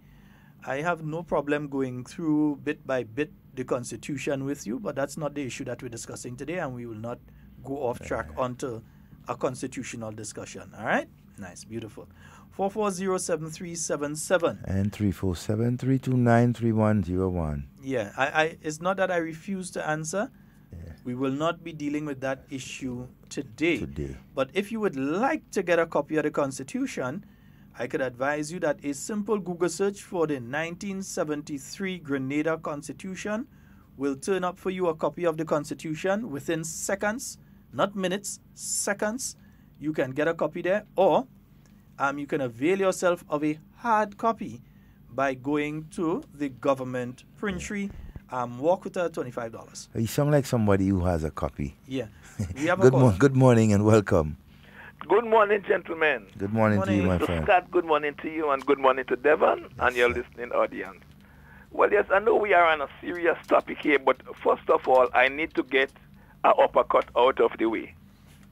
My question to you all, gentlemen, how come hard talk don't beg for money on the radio? I thought today was known as Beggy Friday. As a matter of fact, Mr. Scott, you and Devon, I did not hear you all call to make your all pledges this morning on the People's Center program with a difference. You all cannot be selfish like that. Everybody needs to survive. Now, let me say here, Mr. Scott, somehow I am still convinced that it was a rush to judgment by the union. I don't fault the teachers. I believe they was misled, and as a result of that, we end up where we are today. But listen to this. The union and teachers will make their decision on how they handle extracurriculum activities. If this is thing they do as extras on the side, that, you know, they have the right if they don't want to participate in it anymore. You know, so they could abstain or they could participate. I respect that. But as a result of that now, the government will just have to choose the way forward by using those teachers that is willing to give the time, that is willing to do the job, so we can give them the resources and the manpower in order to make it happen. So we are not saying teachers don't have the right, you know, to withdraw the services for extracurricular activity. The point is that we will just have to find the people, whether it's in the education system or outside, that we can use in order to give them the resources, even if we have to pay them in order to fulfill this responsibility. My last point here, no, all the talk about this should not be done at this time. What I must say is that based on when I check my fact sheet, check the pattern of the union action. It happens most of the time in the beginning or during the tourism season. This action are geared to create maximum interruption and inconvenience. So, like I've said, Mr. Scott, the union and the teachers will choose the way forward, and as a result of that, the government will have to choose their way forward in terms of making sure that while the teachers protest, not participating in these extracurricular activities, they will provide the resources, the manpower, and the human resources in order to make it happen. Well, hopefully, I have some coaches in Lafayette and Moncton. They might be able to get a job in some of the schools and them to teach them children, especially from a physical education standpoint. Have a pleasant weekend, sir. Okay, thank you. Friend. And this is what we're saying. Grenadians are a people that stand up in adversity. We don't lie down we don't. in adversity. So that when there are these sort of situations, we come together as a people and we come to find solutions. Exactly. We've always been that way. That is who we are. You go to Dominica now and you look at Dominica after the hurricane licked them up, and then look at what Grenada was looking like at this stage after Hurricane Ivan. You'll see the resilience in our people. We get hit with two, and look how we was looking a year after, and look how they're looking. Yeah, so we are resilient people. We don't. I know, like they drop a certain level of African in this place. Yeah. No, it's a we ain't easy to deal with. Yeah, it's a special breed of African that we came from. Yeah. Or ancestors and so persons that we know how to hustle. We know how to work. Yeah. Yeah, quality leadership. Yeah. And so well organized and so defiant when we're ready. Mm-hmm. And so for the right reasons. And everything like that, and that's who we are. And that's why we can be defiant against ourselves, because the unions as Grenadians are there. Exactly. It's not Vinci that make up the unions, it's Grenadians are there. So it's we that must be arguing with ourselves. But remember, when elephants, the African statement, when elephants fight, it's the grass that's trampled. Mm-hmm. And right now, the grass is our children. Yeah. So if teachers decide that they're going on work to rule, from on Monday, I think school is just next week and week after. Yeah, but two weeks more. Week or 2 weeks, right. So if they decide that they're going on work to rule from then henceforth, I think it's important for the Parent Teachers Association of every school to get together, and especially the parents part of it, to start playing a larger role in the activities of the schools. Yeah. If it were a situation that the parents part of the association, and I'm speaking here and I'm speaking to myself as well, because I just barely ever get to go to PTA and these sort of things. No, I keep in contact. They ask for something, I make sure that I send it, I do what I have to do and so on. But as to actually be there and be contributing, as in giving ideas and being part of the whole thing, I don't generally do it.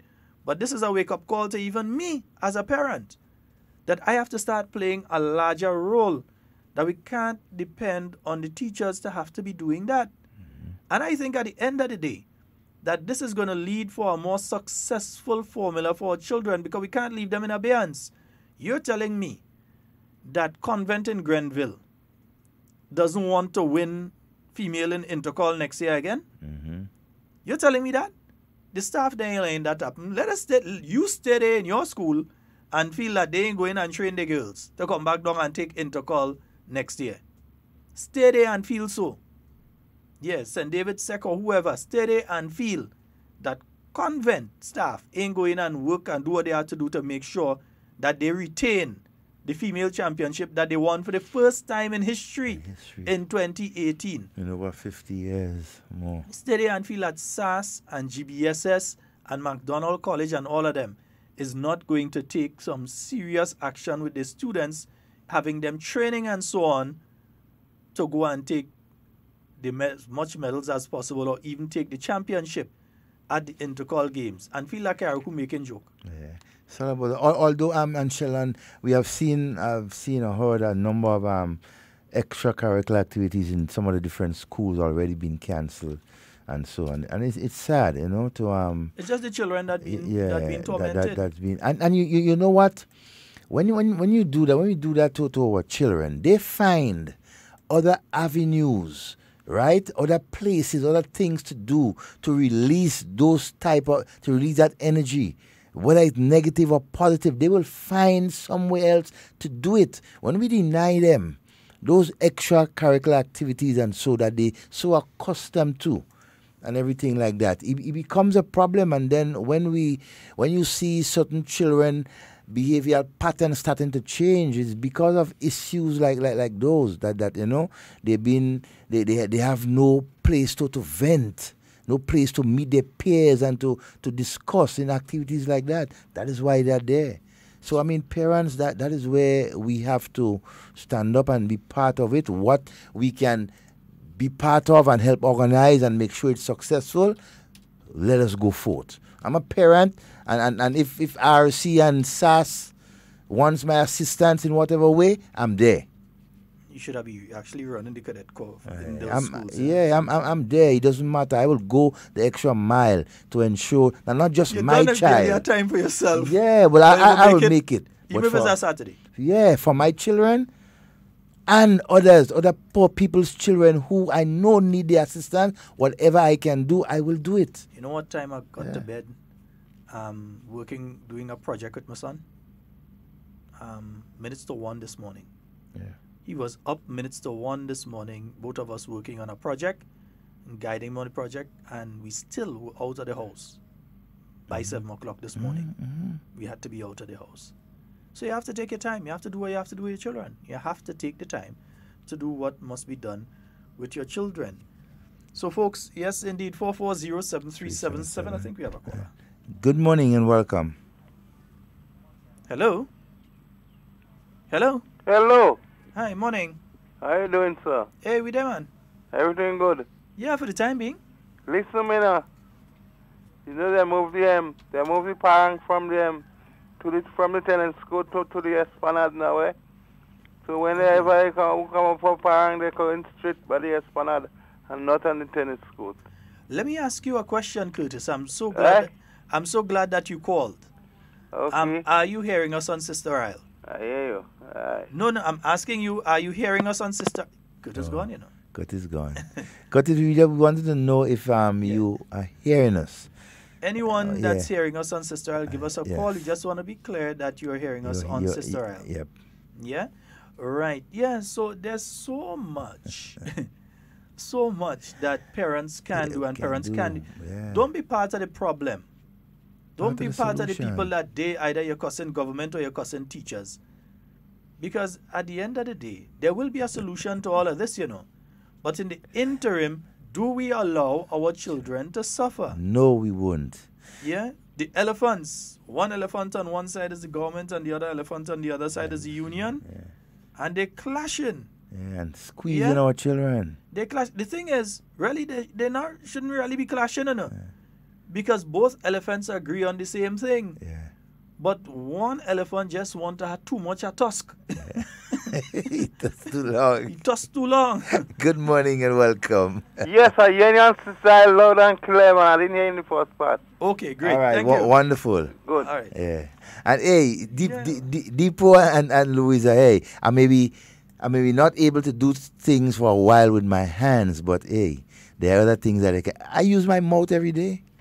Yeah, every day to eat and to talk, to give directions, and so I'm there. I'm able to do what needs to be done. I can't coach athletics and them kind of thing. Man, I don't know the mechanics. I don't know the mechanics of it. There are mechanics that are attached to it. Yeah. But you see, that is where the Ministry of Sport falls in, and the Ministry of Sport does have a coaching program that goes around to various schools and so on. And the rollout part of that, which is into the communities as well, will help to compensate for some of that. because there is a coaching program. I know of many trained coaches out there. Some engaged, some not engaged, who can be part of the entire process. So, and you see, Sheldon, as you said, it's a wake-up call for us parents, right, to be part of the Parent Teachers Association, right, for when, situations like these arrive. Good morning.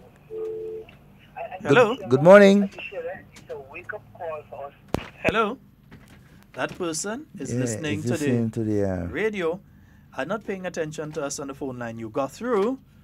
We were hearing you listening to us, but you were not hearing us because you were listening to the delayed broadcast via radio. So take the opportunity and listen to us via the phone line, please. So parents, let us grab this opportunity and let us in the future continue to be part and parcel of the associations in the schools that benefit our children. So we would not be caught off guard.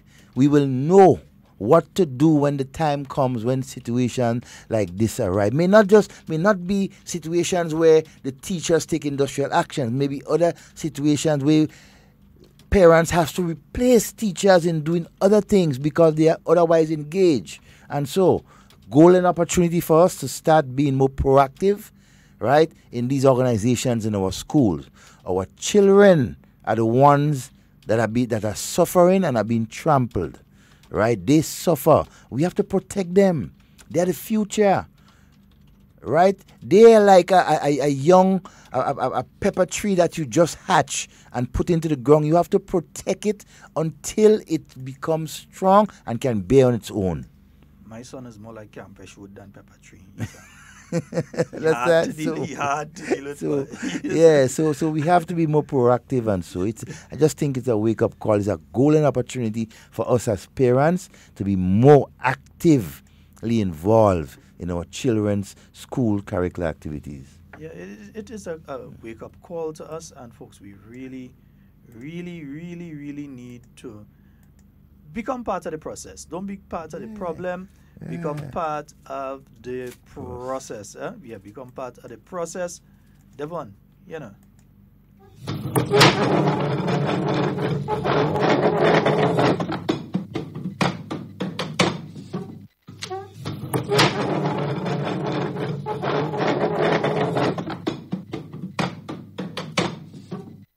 That is Amakoin, yeah. You know, I hear somebody begging how much thing they say they only get 12 donation. they begging for our money. I hear they threatening people to go off air and all kind of things. They don't give them their money. From Monday. I wasn't listening, so I don't know. From Monday. Well, I hear I read your program on the side when I walk in. I hear they say that how hard talk begging. Yeah. We just beg for money here. Yeah, I don't know. People, we just beg for money. It does hear hard talk begging for money here. If we beg for anything, it's for somebody else and enough for us. Yeah, not for us. We'll tell you to do things like go and support the bingo and barbecue and thing that they have for St. Andrew Northeast by Dwayne Shop. I think it's tonight. Yeah. We are by Dwayne Shop and thing. We're going to tell you, do that. We're going to tell you that Miss Cammy wants to go and do medical treatment, but she's not telling you come and drop her money for her. She has things on sale, so go and buy from her. Yes, go and participate. That's what we just do. Yeah, that's what we tell you. You doesn't hear us say, oh gosh, hard talk going off for her Monday if only don't come and drop her money for us. I must drag the Marco bench when I hear things like that. I want to know. Are they having financial difficulties? Ah, boy. Do they need financial assistance? There are a few lending agencies around this time that have facilitating persons to they could probably speak to our friends at Riser. Or probably the Communal Credit Union. Or Fast Cash or the Grenville Credit Union. Yeah, the Grenville or Teachers Credit Union. GUT. Yeah, and so they will definitely put out a hand and assist. There is assistance available. Very good organizations that financial institutions that definitely seek the needs of the people of this country. Those chaps can go right ahead and they should be able to find some funds. Yeah, even there is another organization that be able to help. They can tap into the NDC or you call election fund, not strike fund, but election fund. they may be able to If they contribute ask something. nicely, They may get. I may be willing to give a little something. Yeah. Judah, you can contribute a little something to your Wrong partner. man, wrong direction you're going, David. Wrong man. Wrong Rastaman. Rastaman. Holy pa mix up we. Wrong Rastaman. Big brother, don't worry with me, Adrian. Don't worry, I just making fun of you. You could ask, I mean, both of them from St. John's. You could ask Wagi to hold a special bingo. Yes, a special bingo for that. Yeah. Watch. In fact, what? Support better thing. Support this instead. Let me play that. Royal Grenada Police Force Band presents Christmas Brass 10, Sunday, 9th December 2018, 5 p.m. at the Grenada Trade Center. Produced by Ricardo Kins Douglas, the show that sets the standard. Featuring Edson Mitchell, Dia Jama, Randall Robinson, Sonaika McKee, Jefferson Ramirez, Denison Andrew, Lion Paul, Serena Andrew Andel, Paul Alexander, Gregory McLean, Shondell Amadei, Dash, and many more. Adults, $45. Children under 12, pay $20. Get your tickets now. Canadian Optical Laboratory, Melville Street and Spiceland Mall. Mitchell's Pharmacy, Grandin Shopping Center. Gittins Pharmacy, Halifax Street and Grandin. Sponsored by Netherlands Insurance, Hubbard's, Grenada Trade Center, Huggins, Grenada Cooperative Bank, Grenada Distillers Limited, Rubies, Waggy Tea Rentals and Sound, and Not Sold Wines. Christmas Brass 10. Yes, indeed, folks. And the phone number 44073. No, not to donate or anything. We, not us. Yeah, right? yeah. It's not a pledge program here, No. right? It's not a pledge program where you contribute or anything like that. We know that. Yeah, you contribute the information, and so that you can truthful information, we share it. We help you share it. 44073. 44073. Yeah, pass on your word for Gami. And 347-329-3101. Yeah, no, financial problems. I don't understand. Yeah. Yeah, anyway, between 2013, did you know, between 2013 and 2018, over $100 million was paid out to public officers in salary increases and other benefits. That is salary increases. That is not salary, eh? That is salary increases. In addition to their salary. That's money that go back into the economy there. Yeah. Between 2013 and 2018, a total of 420 teachers. 420, not 42, eh? Not 4 and then 20. 420 teachers received permanent appointment. Some were in the service for over 15 years, costing government more than $1 million. Retroactive. Whoa. No, they ain't get no retroactive there. When they say 15 years, that means for those 15 years cannot be added to the time for pension. Eh? Okay, so only my God. so they got the date of the appointment. Remember, your pension deals with from your date of appointment. Yeah, very important. The date of appointment. So those 15 years that they spent before, they ain't counting towards the final the pension. Yeah, they could write to cabinet and ask for a special pension as the person that cuss and call Miss Beryl Isaac all kind of wicked name as that person did. And it's so unfortunate because cabinet didn't have to agree. Miss Beryl Isaac didn't have to bring it. You understand? But she brought it and she fought a case for that person so that they could get a special pension when they did not meet the qualifying criteria. And after getting the special pension, they still come and cuss her on the bargain. Ungratefulness was an OBI, you know. But you know, anytime you do something like that, what does happen? Boy, you're pouring coals on your head, hot oil on your head. You understand? You're pouring coals on your head when you do them kind of thing. Careful what you do. Careful what you do. Yeah, Little hands. So, let me see what else they say here. Teachers who earned a master's degree were paid incentives allowance retroactively, costing government over $700,000. Nearly as much money as the union makes on a yearly basis. Yeah. Wow. A total of 380 teachers were reappointed in September 2018 and approximately 100 new teachers were recruited. Yeah. Man, this is interesting. Very much so. Yeah, it's interesting, man.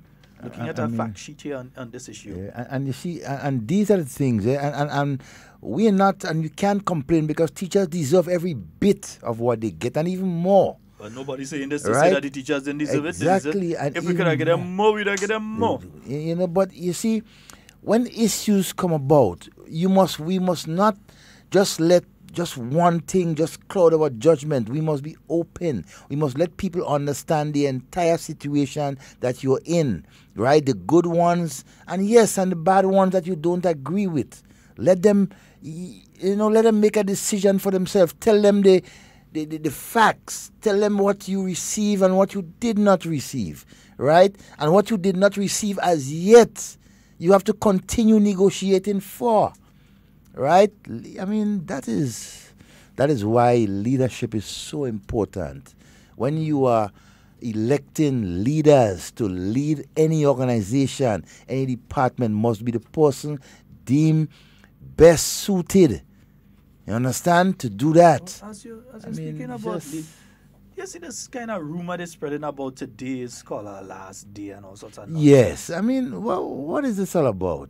Yeah, because they want scholar to be fired. That's what they want. They're attacking him and all so kind of things. Just let the man do his job. End of the day, just let the gentleman do his job. It is a lie that he was calling to some meeting and if you know Finley's Jeffrey the scholar, nobody ain't calling him in no meeting. So many negative well, comments. You know scholar, anybody calling scholar in a No.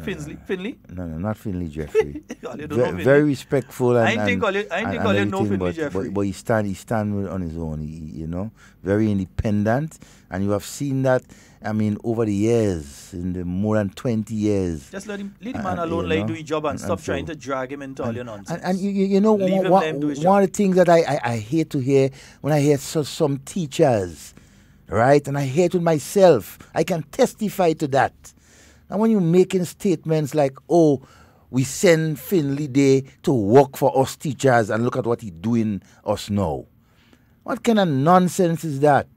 You understand? The man is a qualified, has his masters in what and what. He's qualified for the job he's doing, right?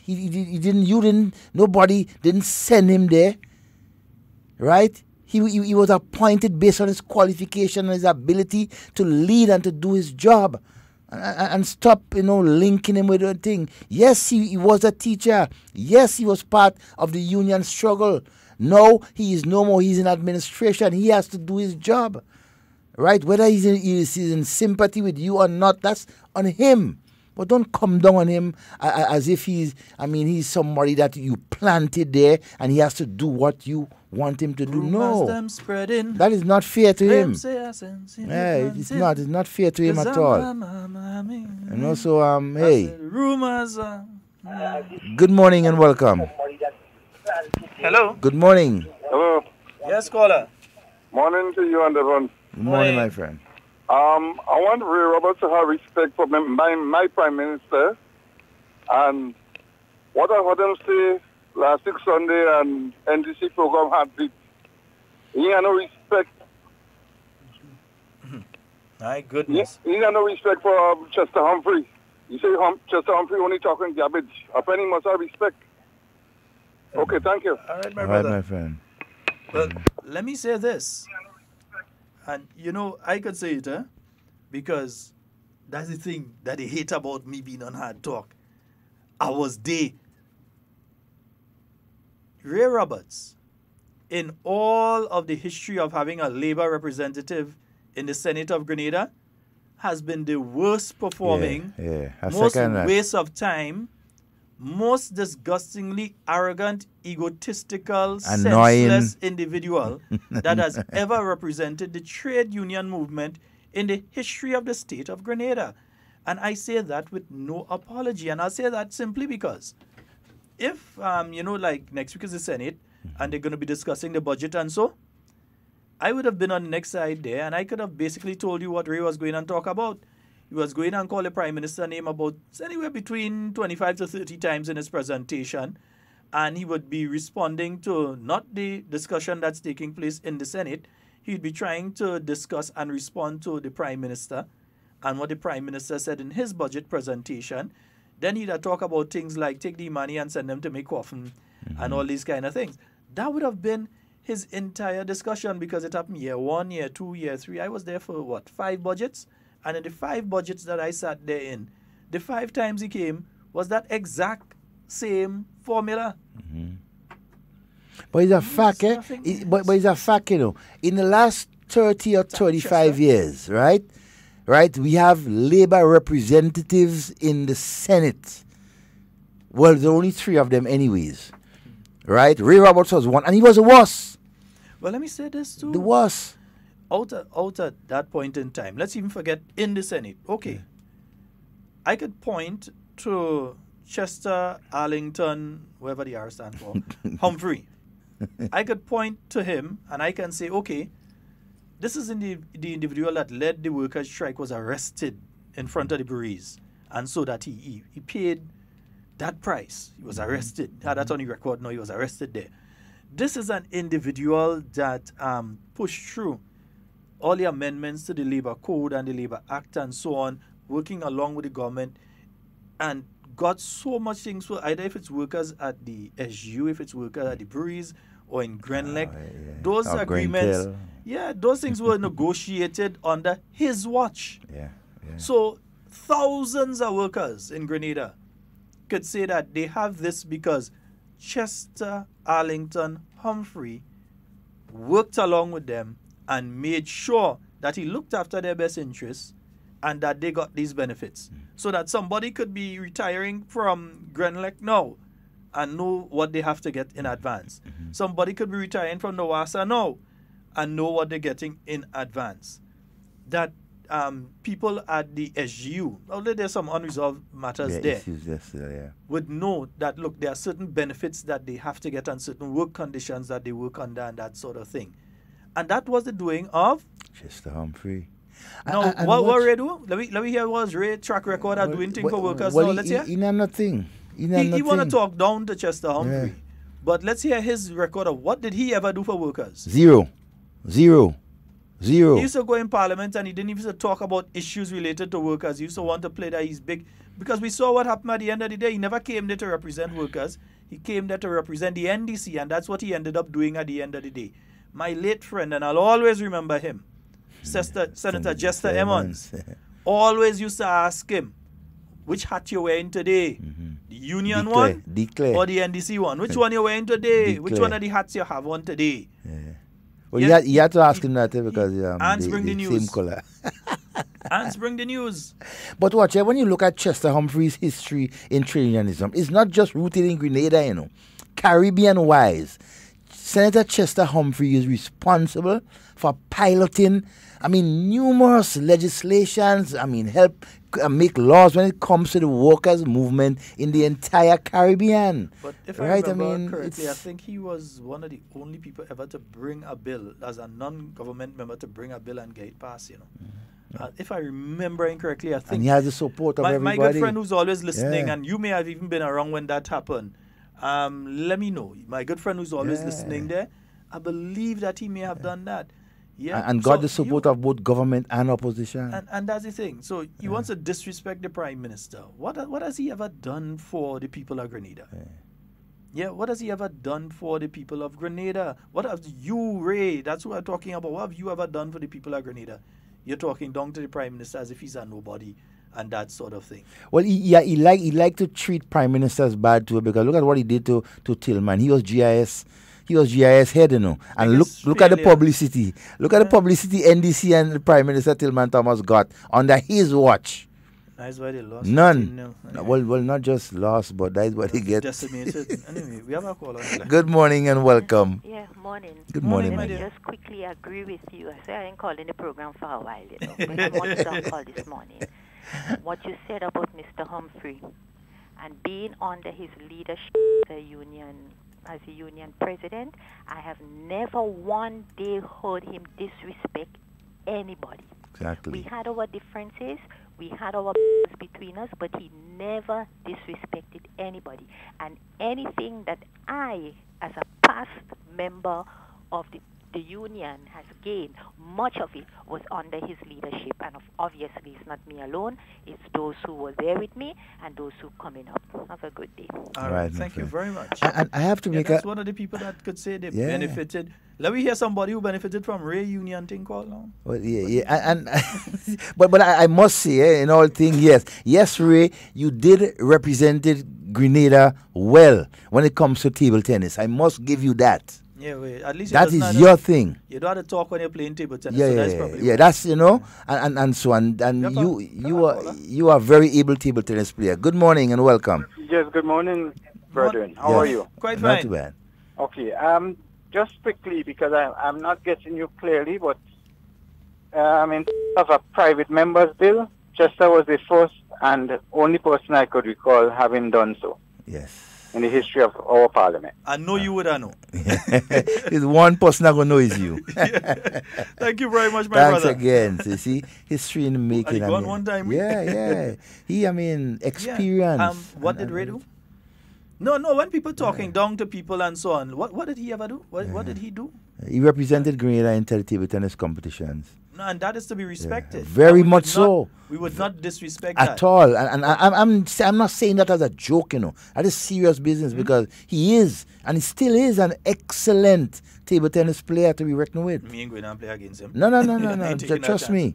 He is. Maybe if they put in a table tennis board down in Silver Sands. Yeah, I find you won't get him there every night, relaxing and so might able to imagine Ray reaching Silver Sands before me, oh my Lord, but again though that's good. That's good thing. Keep him very close. And so boy. Well, he wanted to be the representative for the South. So at least they're still giving him some spotlights, to enhance his portfolio and so. If you had one thing to say to the union membership right now, the teachers, the public workers who are hurting right now, what one thing would you say for them for the weekend while they rest and reflect? I would say continue to, as teachers and as public workers, continue to talk with your peers, right, to come up with some amicable solution. I mean, you may not even want to involve the union leaders, but as teachers, come together and reflect on what went on for the last 3 weeks and try to understand if it was, in your own judgment, your own view, it was the right thing to do, right? If you were on the right path, if you were given the right advice, and then you decide where you go from there. Yeah. I would say to them, it's time to speak to your leadership and address the issue, because the leadership of your union is not speaking to you on what is the financial situation of your union. Nope. They're not speaking to you on that. The government of Grenada, through your contributions, in other words, the money that the government is taking out from your salaries every month, pays to the union over $800,000 a year, each union. So the Grenada Union of Teachers getting over $800,000, and the Public Workers Union is getting over $800,000 out of workers' contributions. You should find out how that money is being split. Yeah. What percentage is going towards a strike fund? What percentage is going to operations? What percentage is going towards savings? What percentage is going wherever? But you should find out what is taking place with that money. And I can ask of the Public Workers Union that me, Sheldon Scott, check, you would see that I paid between 2008 and 2009, and therefore I have a legal right to an answer. And I'm asking on public radio, 4 radio stations and the internet, what are the funds used for? Yeah, if others, those who are on contract, and when they give you only 3% last year, they take it back the following month because they say that you all did not qualify under the agreement that was signed. Because you know what happened is the union that started to make noise and say, well, we didn't think for these people ought to get no money, and they take it back. Yeah? So you all you are paying your dues, but you are not receiving the benefits from those you are paying your dues to. And therefore, you need to ask the question of them, what are my dues used for? What percentage is going towards a strike fund? The Public Workers Union had a strike fund in the past. They had one during the 1990s. Tau has one. They had one in the 1990s. Tau has one. But the Public Workers Union had one during the 1990s. What has happened to that? Because we shouldn't be talking right now about where parents, teachers are going to get their money. It should have been a situation where immediately as you receive your deducted salary or reduced salary, you receive a check from the union, this is your money. Because we told you to stay away, we know there will be consequences, and therefore, here it is. And I want to ask another, just a short question to the union members, to ask your leaders, right? Because I don't know who is paying the presidents and the president general of the unions. Have deduction came out of the union's leadership or the leaders' salary for the end of this month? Just curious. Information, I'm just curious whether or not the leaders, LL and Ms. Roberts, and so if deduction came out from their salary for the 8 or 9 days, right, that they made the workers stayed out on strike. So, folks, thank you very much. Union members, you need to ask that. What is happening with your strike pay and your strike fund, because you were asked to go out on strike. In any decent democracy around the world, that's how it goes. Yeah. I do empathize. I do feel it for you. I know you all have your children that you need to see after and all of that. And you should not have been made to wait days or more to find out what is taking place. You ought to have been sorted out already. By today, you should have had your money into your account from your union for the days that they asked you to stay away. It shouldn't be next week. It shouldn't be week after. It shouldn't even be on Monday. It should have been there from the unions already. Yeah? So it is time for you all to ensure that you take your leadership to task on this issue. Accountability. Yeah? Because they're going to try all kind of things. They're trying everything except telling you what they're doing with the money. Don't be surprised to hear they want to go to lawyers. But lawyers have to be paid. So in the same way they could pay the lawyers, who they seem to think are more important, couldn't they have paid you from the $800,000 a year that they are getting? Could they not have already paid you? They will find money to pay the lawyers. Find the money and pay you. What's so hard in that to do? Pay you all, get it over with. Folks, that's all the time we have for Hard Talk today. It's been wonderful being here with you. In everything you say and do it safe and secure. We want to be speaking to and with you. And not about you. Yes, Peace indeed. out. We're heading out of here right about now.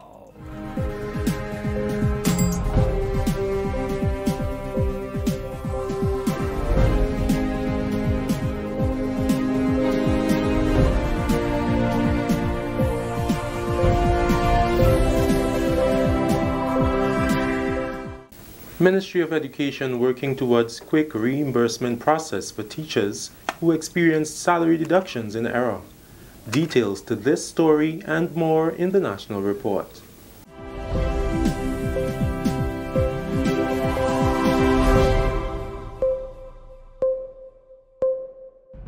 With the details in the news for Thursday, 30th November 2018, I'm Delroy Lozar.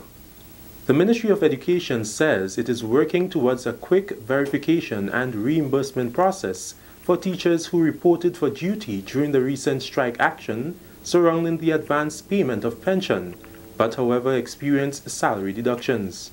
The ministry issued a statement on Thursday saying it empathizes with those affected and is working to clarify the issues related to these deductions. The information which the education officers used to determine which teachers attended school during the strike days was verified through communication with principals, the school register, and visits to some schools. The ministry added that in a case where a teacher did not sign the register, where the principal did not provide the information, or where the education officer did not meet the teacher at the school, the possibility exists that there may be a salary deduction. However, it is also aware that these deductions were not made across the board. The ministry has made arrangements to collect information regarding deductions made in error and will submit these corrections for immediate payment. Vendors who conduct their business on the streets of Grenville could be relocated in the next 2 weeks. Acting Commissioner of Police Edwin Martin says they want to move the vendors off the streets and into the market to ease traffic congestion and enhance business operations. An instruction has already been given to the officer in charge of Grenville to start collaboration with the market management, with stakeholders and vendors to give effect to this move by the 15th of December. Speaking with the media on Thursday, the acting police commissioner said they hope the results will be similar to those recorded when the process was undertaken in the town of St. George. As we have done in St. George's, and we have seen the effect of clearing vending off the street has had in the town of St. George, we are now looking to move this into St. Andrew and see if we can improve the environment of doing business in the town of Grenville and make it more accommodating to persons. A significant growth in overall tourist arrivals of 19.19% has been recorded for the period January to October 2018. Communications Officer at the Grenada Tourism Authority, Rhea Murray, made this announcement during an exclusive interview with the GIS on Thursday. Murray says this has been adding quality to the Pure Grenada brand of the Grenada Tourism Authority and adds to the boosting of the tourism product. The stay-over market is said to be the biggest revenue-earning sector in the tourism industry and has been recording significant growth, with the USA contributing more than 47%, the UK 16.38%, the Caribbean 18.69%, and Canada 10.25%, with contributions from Germany and other countries. With the launch of the newly built Silver Sands Hotel, among other luxurious hotels on the island, Murray says enormous growth will be realized in the hotel industry, thus boosting the tourism sector and adding quality to Pure Grenada. We have witnessed the official opening of Silver Sands Grenada. And basically we are excited about it because it really adds to the luxury element of Pure Grenada, the Spice of the Caribbean. We have the Calabash Hotel, we also have the Spice Island Beach Resort, and they have been really flying the flag high for the luxury market. And now we have Silver Sands adding its rooms and its villas, and it is a wonderful time indeed. We have collaborated with Silver Sands, and we see that many journalists have written about Silver Sands. They've been talking about it, awaiting this new luxury product on Grand Anse Beach. So we welcome the opening of Silver Sands, and we also have other properties that have not stopped but are continuing to improve their product. The increase in air transport, she says, is welcoming news for all the sectors, since it will boost economic activity. From the U.S. market, we have an additional flight from American Airlines beginning on the 22nd of December, flying out of Miami, and it allows for more seamless connections. And then starting December 18, Grenada will have 3 direct flights from Canada through Air Canada Rouge, coming out of Canada's Toronto Pearson International Airport. And the flights will be on Tuesdays, Thursdays, and Saturdays. So this additional flight gives Canadians more options to get to Pure Grenada, especially during the winter. And as I would have told you, the Canadian market is indeed doing well, and we want to see it continue to do well. The GTA Communications Officer also shared that Sunwing Charter will also increase its flights to Pure Grenada. Delta Airlines, which is a seasonal flight, it currently comes out of the Hartsfield-Jackson Airport, and that's out of Atlanta every Saturday. And then we have JetBlue, which continues its flights.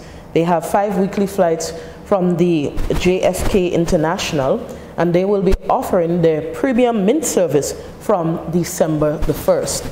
And not forgetting the Sunwing Charter, we will have 22 additional flights from Sunwing on Sundays beginning the 16th of December. This is the National Report. More news after the break. Data reveals that rats and other rodents are responsible for the transmission of many diseases. In Grenada, the most common is leptospirosis, and it can cause your death. This disease is directly related to rats and mice infestation. Signs and symptoms of lepto, as it is commonly referred to, are high fever, headache, chills, muscle aches, vomiting, jaundice, and abdominal pain. If your home had or is infected with rats and you have any of these symptoms, please check with your doctor immediately. Declare war on rats. Starve them. Kill them. Rats are the most unwelcomed guests. Reduce, control, eliminate them. This is a message from the Ridge to Reef Project, protecting biodiversity and ecosystem functions. Welcome back. 4 members of the Royal Grenada Police Force have been making a name for themselves on the international front. The 4 were given special mention by Acting Police Commissioner Edwin Martin during a press conference on Thursday. Corporal 93 Neil Williams was named Distinguished Honored Graduate, who received a Commandant's Award at the Non-Commissioned Officers Professional Development Course in the United States. He came up against participants from Latin America and the Caribbean. Constable Sampson recently made waves through social media, having performed on the Kremlin stage in Russia, doing a rendition in Russian language. He returns to Russia in January to complete his studies in criminal law. Also recognized by the acting commissioner was Constable T. Frederick. She attended a unit specialist course in the U.S. and was awarded an honorary affiliation by the Quartermaster General of the U.S. Army, and also given membership to the Quartermaster Corps because of her excellent performance in the course. And Constable 323 Welch participated in an instructor's development course in the United States. He achieved a distinguished award for overall performance, graduating with a distinction as an instructor. He is now integrated into the regional security system as an instructor. And finally, evaluating the impact of substance use treatment and interventions carried out in Grenada and other Caribbean countries. That was the focus of a recently concluded workshop on substance use and treatment capacity building.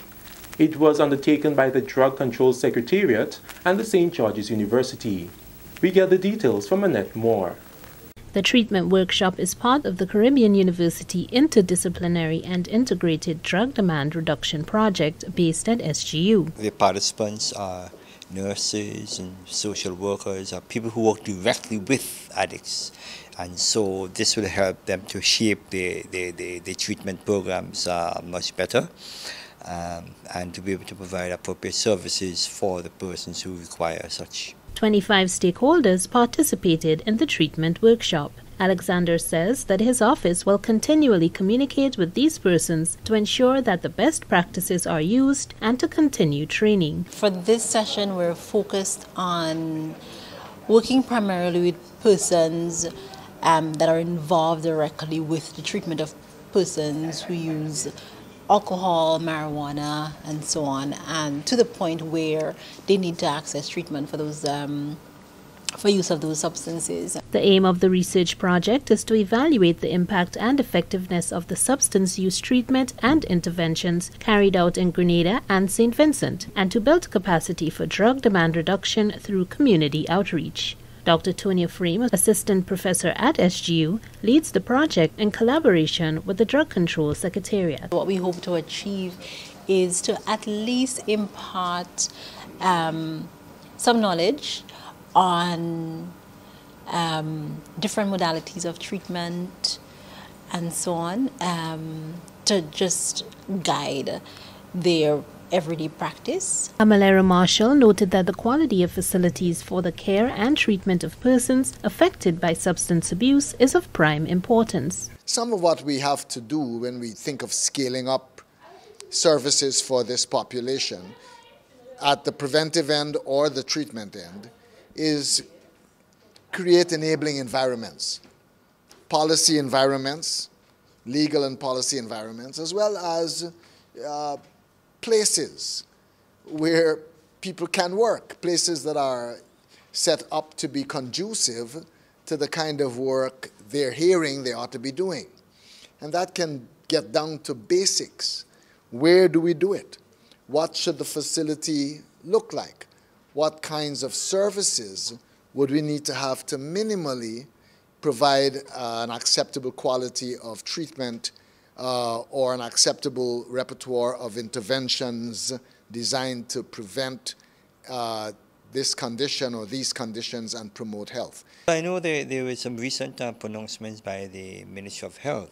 I think the Ministry of Health talked about the relocation of Rathdoon from its present location at Mungay to bring it back to the General Hospital sometime possibly 2019. And I think that's a good step, because what it means is that it will help to remove some of that stigma and discrimination of persons who think that if they go up to Mungay, you know, people think that they're crazy. The Inter-American Drug Abuse Control Commission of the Organization of American States, CCAD, is funding the training for substance use prevention and treatment. The project is almost complete. We still have the community outreach part that focuses on our interaction, direct interaction with communities at risk. Part of what we're doing is essentially raising awareness as well. We know substance use is very prevalent in our society. A lot of people may not actually have a disorder, but the use of these substances over time does result and can result in disorders that may need treatment. For the National Report, I'm Annette Moore. Thank you, Annette. That story concludes the National Report for Thursday, November 2018. Recapping the main story, Ministry of Education working towards quick reimbursement process for teachers who experienced salary deductions in error. That's all from us here at the Government Information Service. Join us again next time. I'm Delroy Lozar.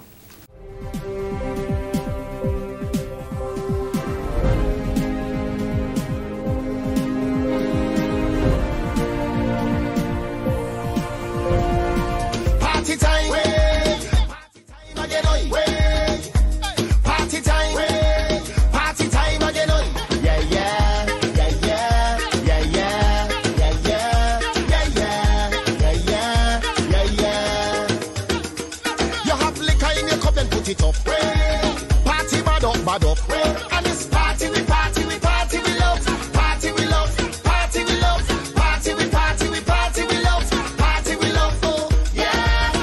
I like it hot. Stay up to date with all that's happening with the new national party, NNP.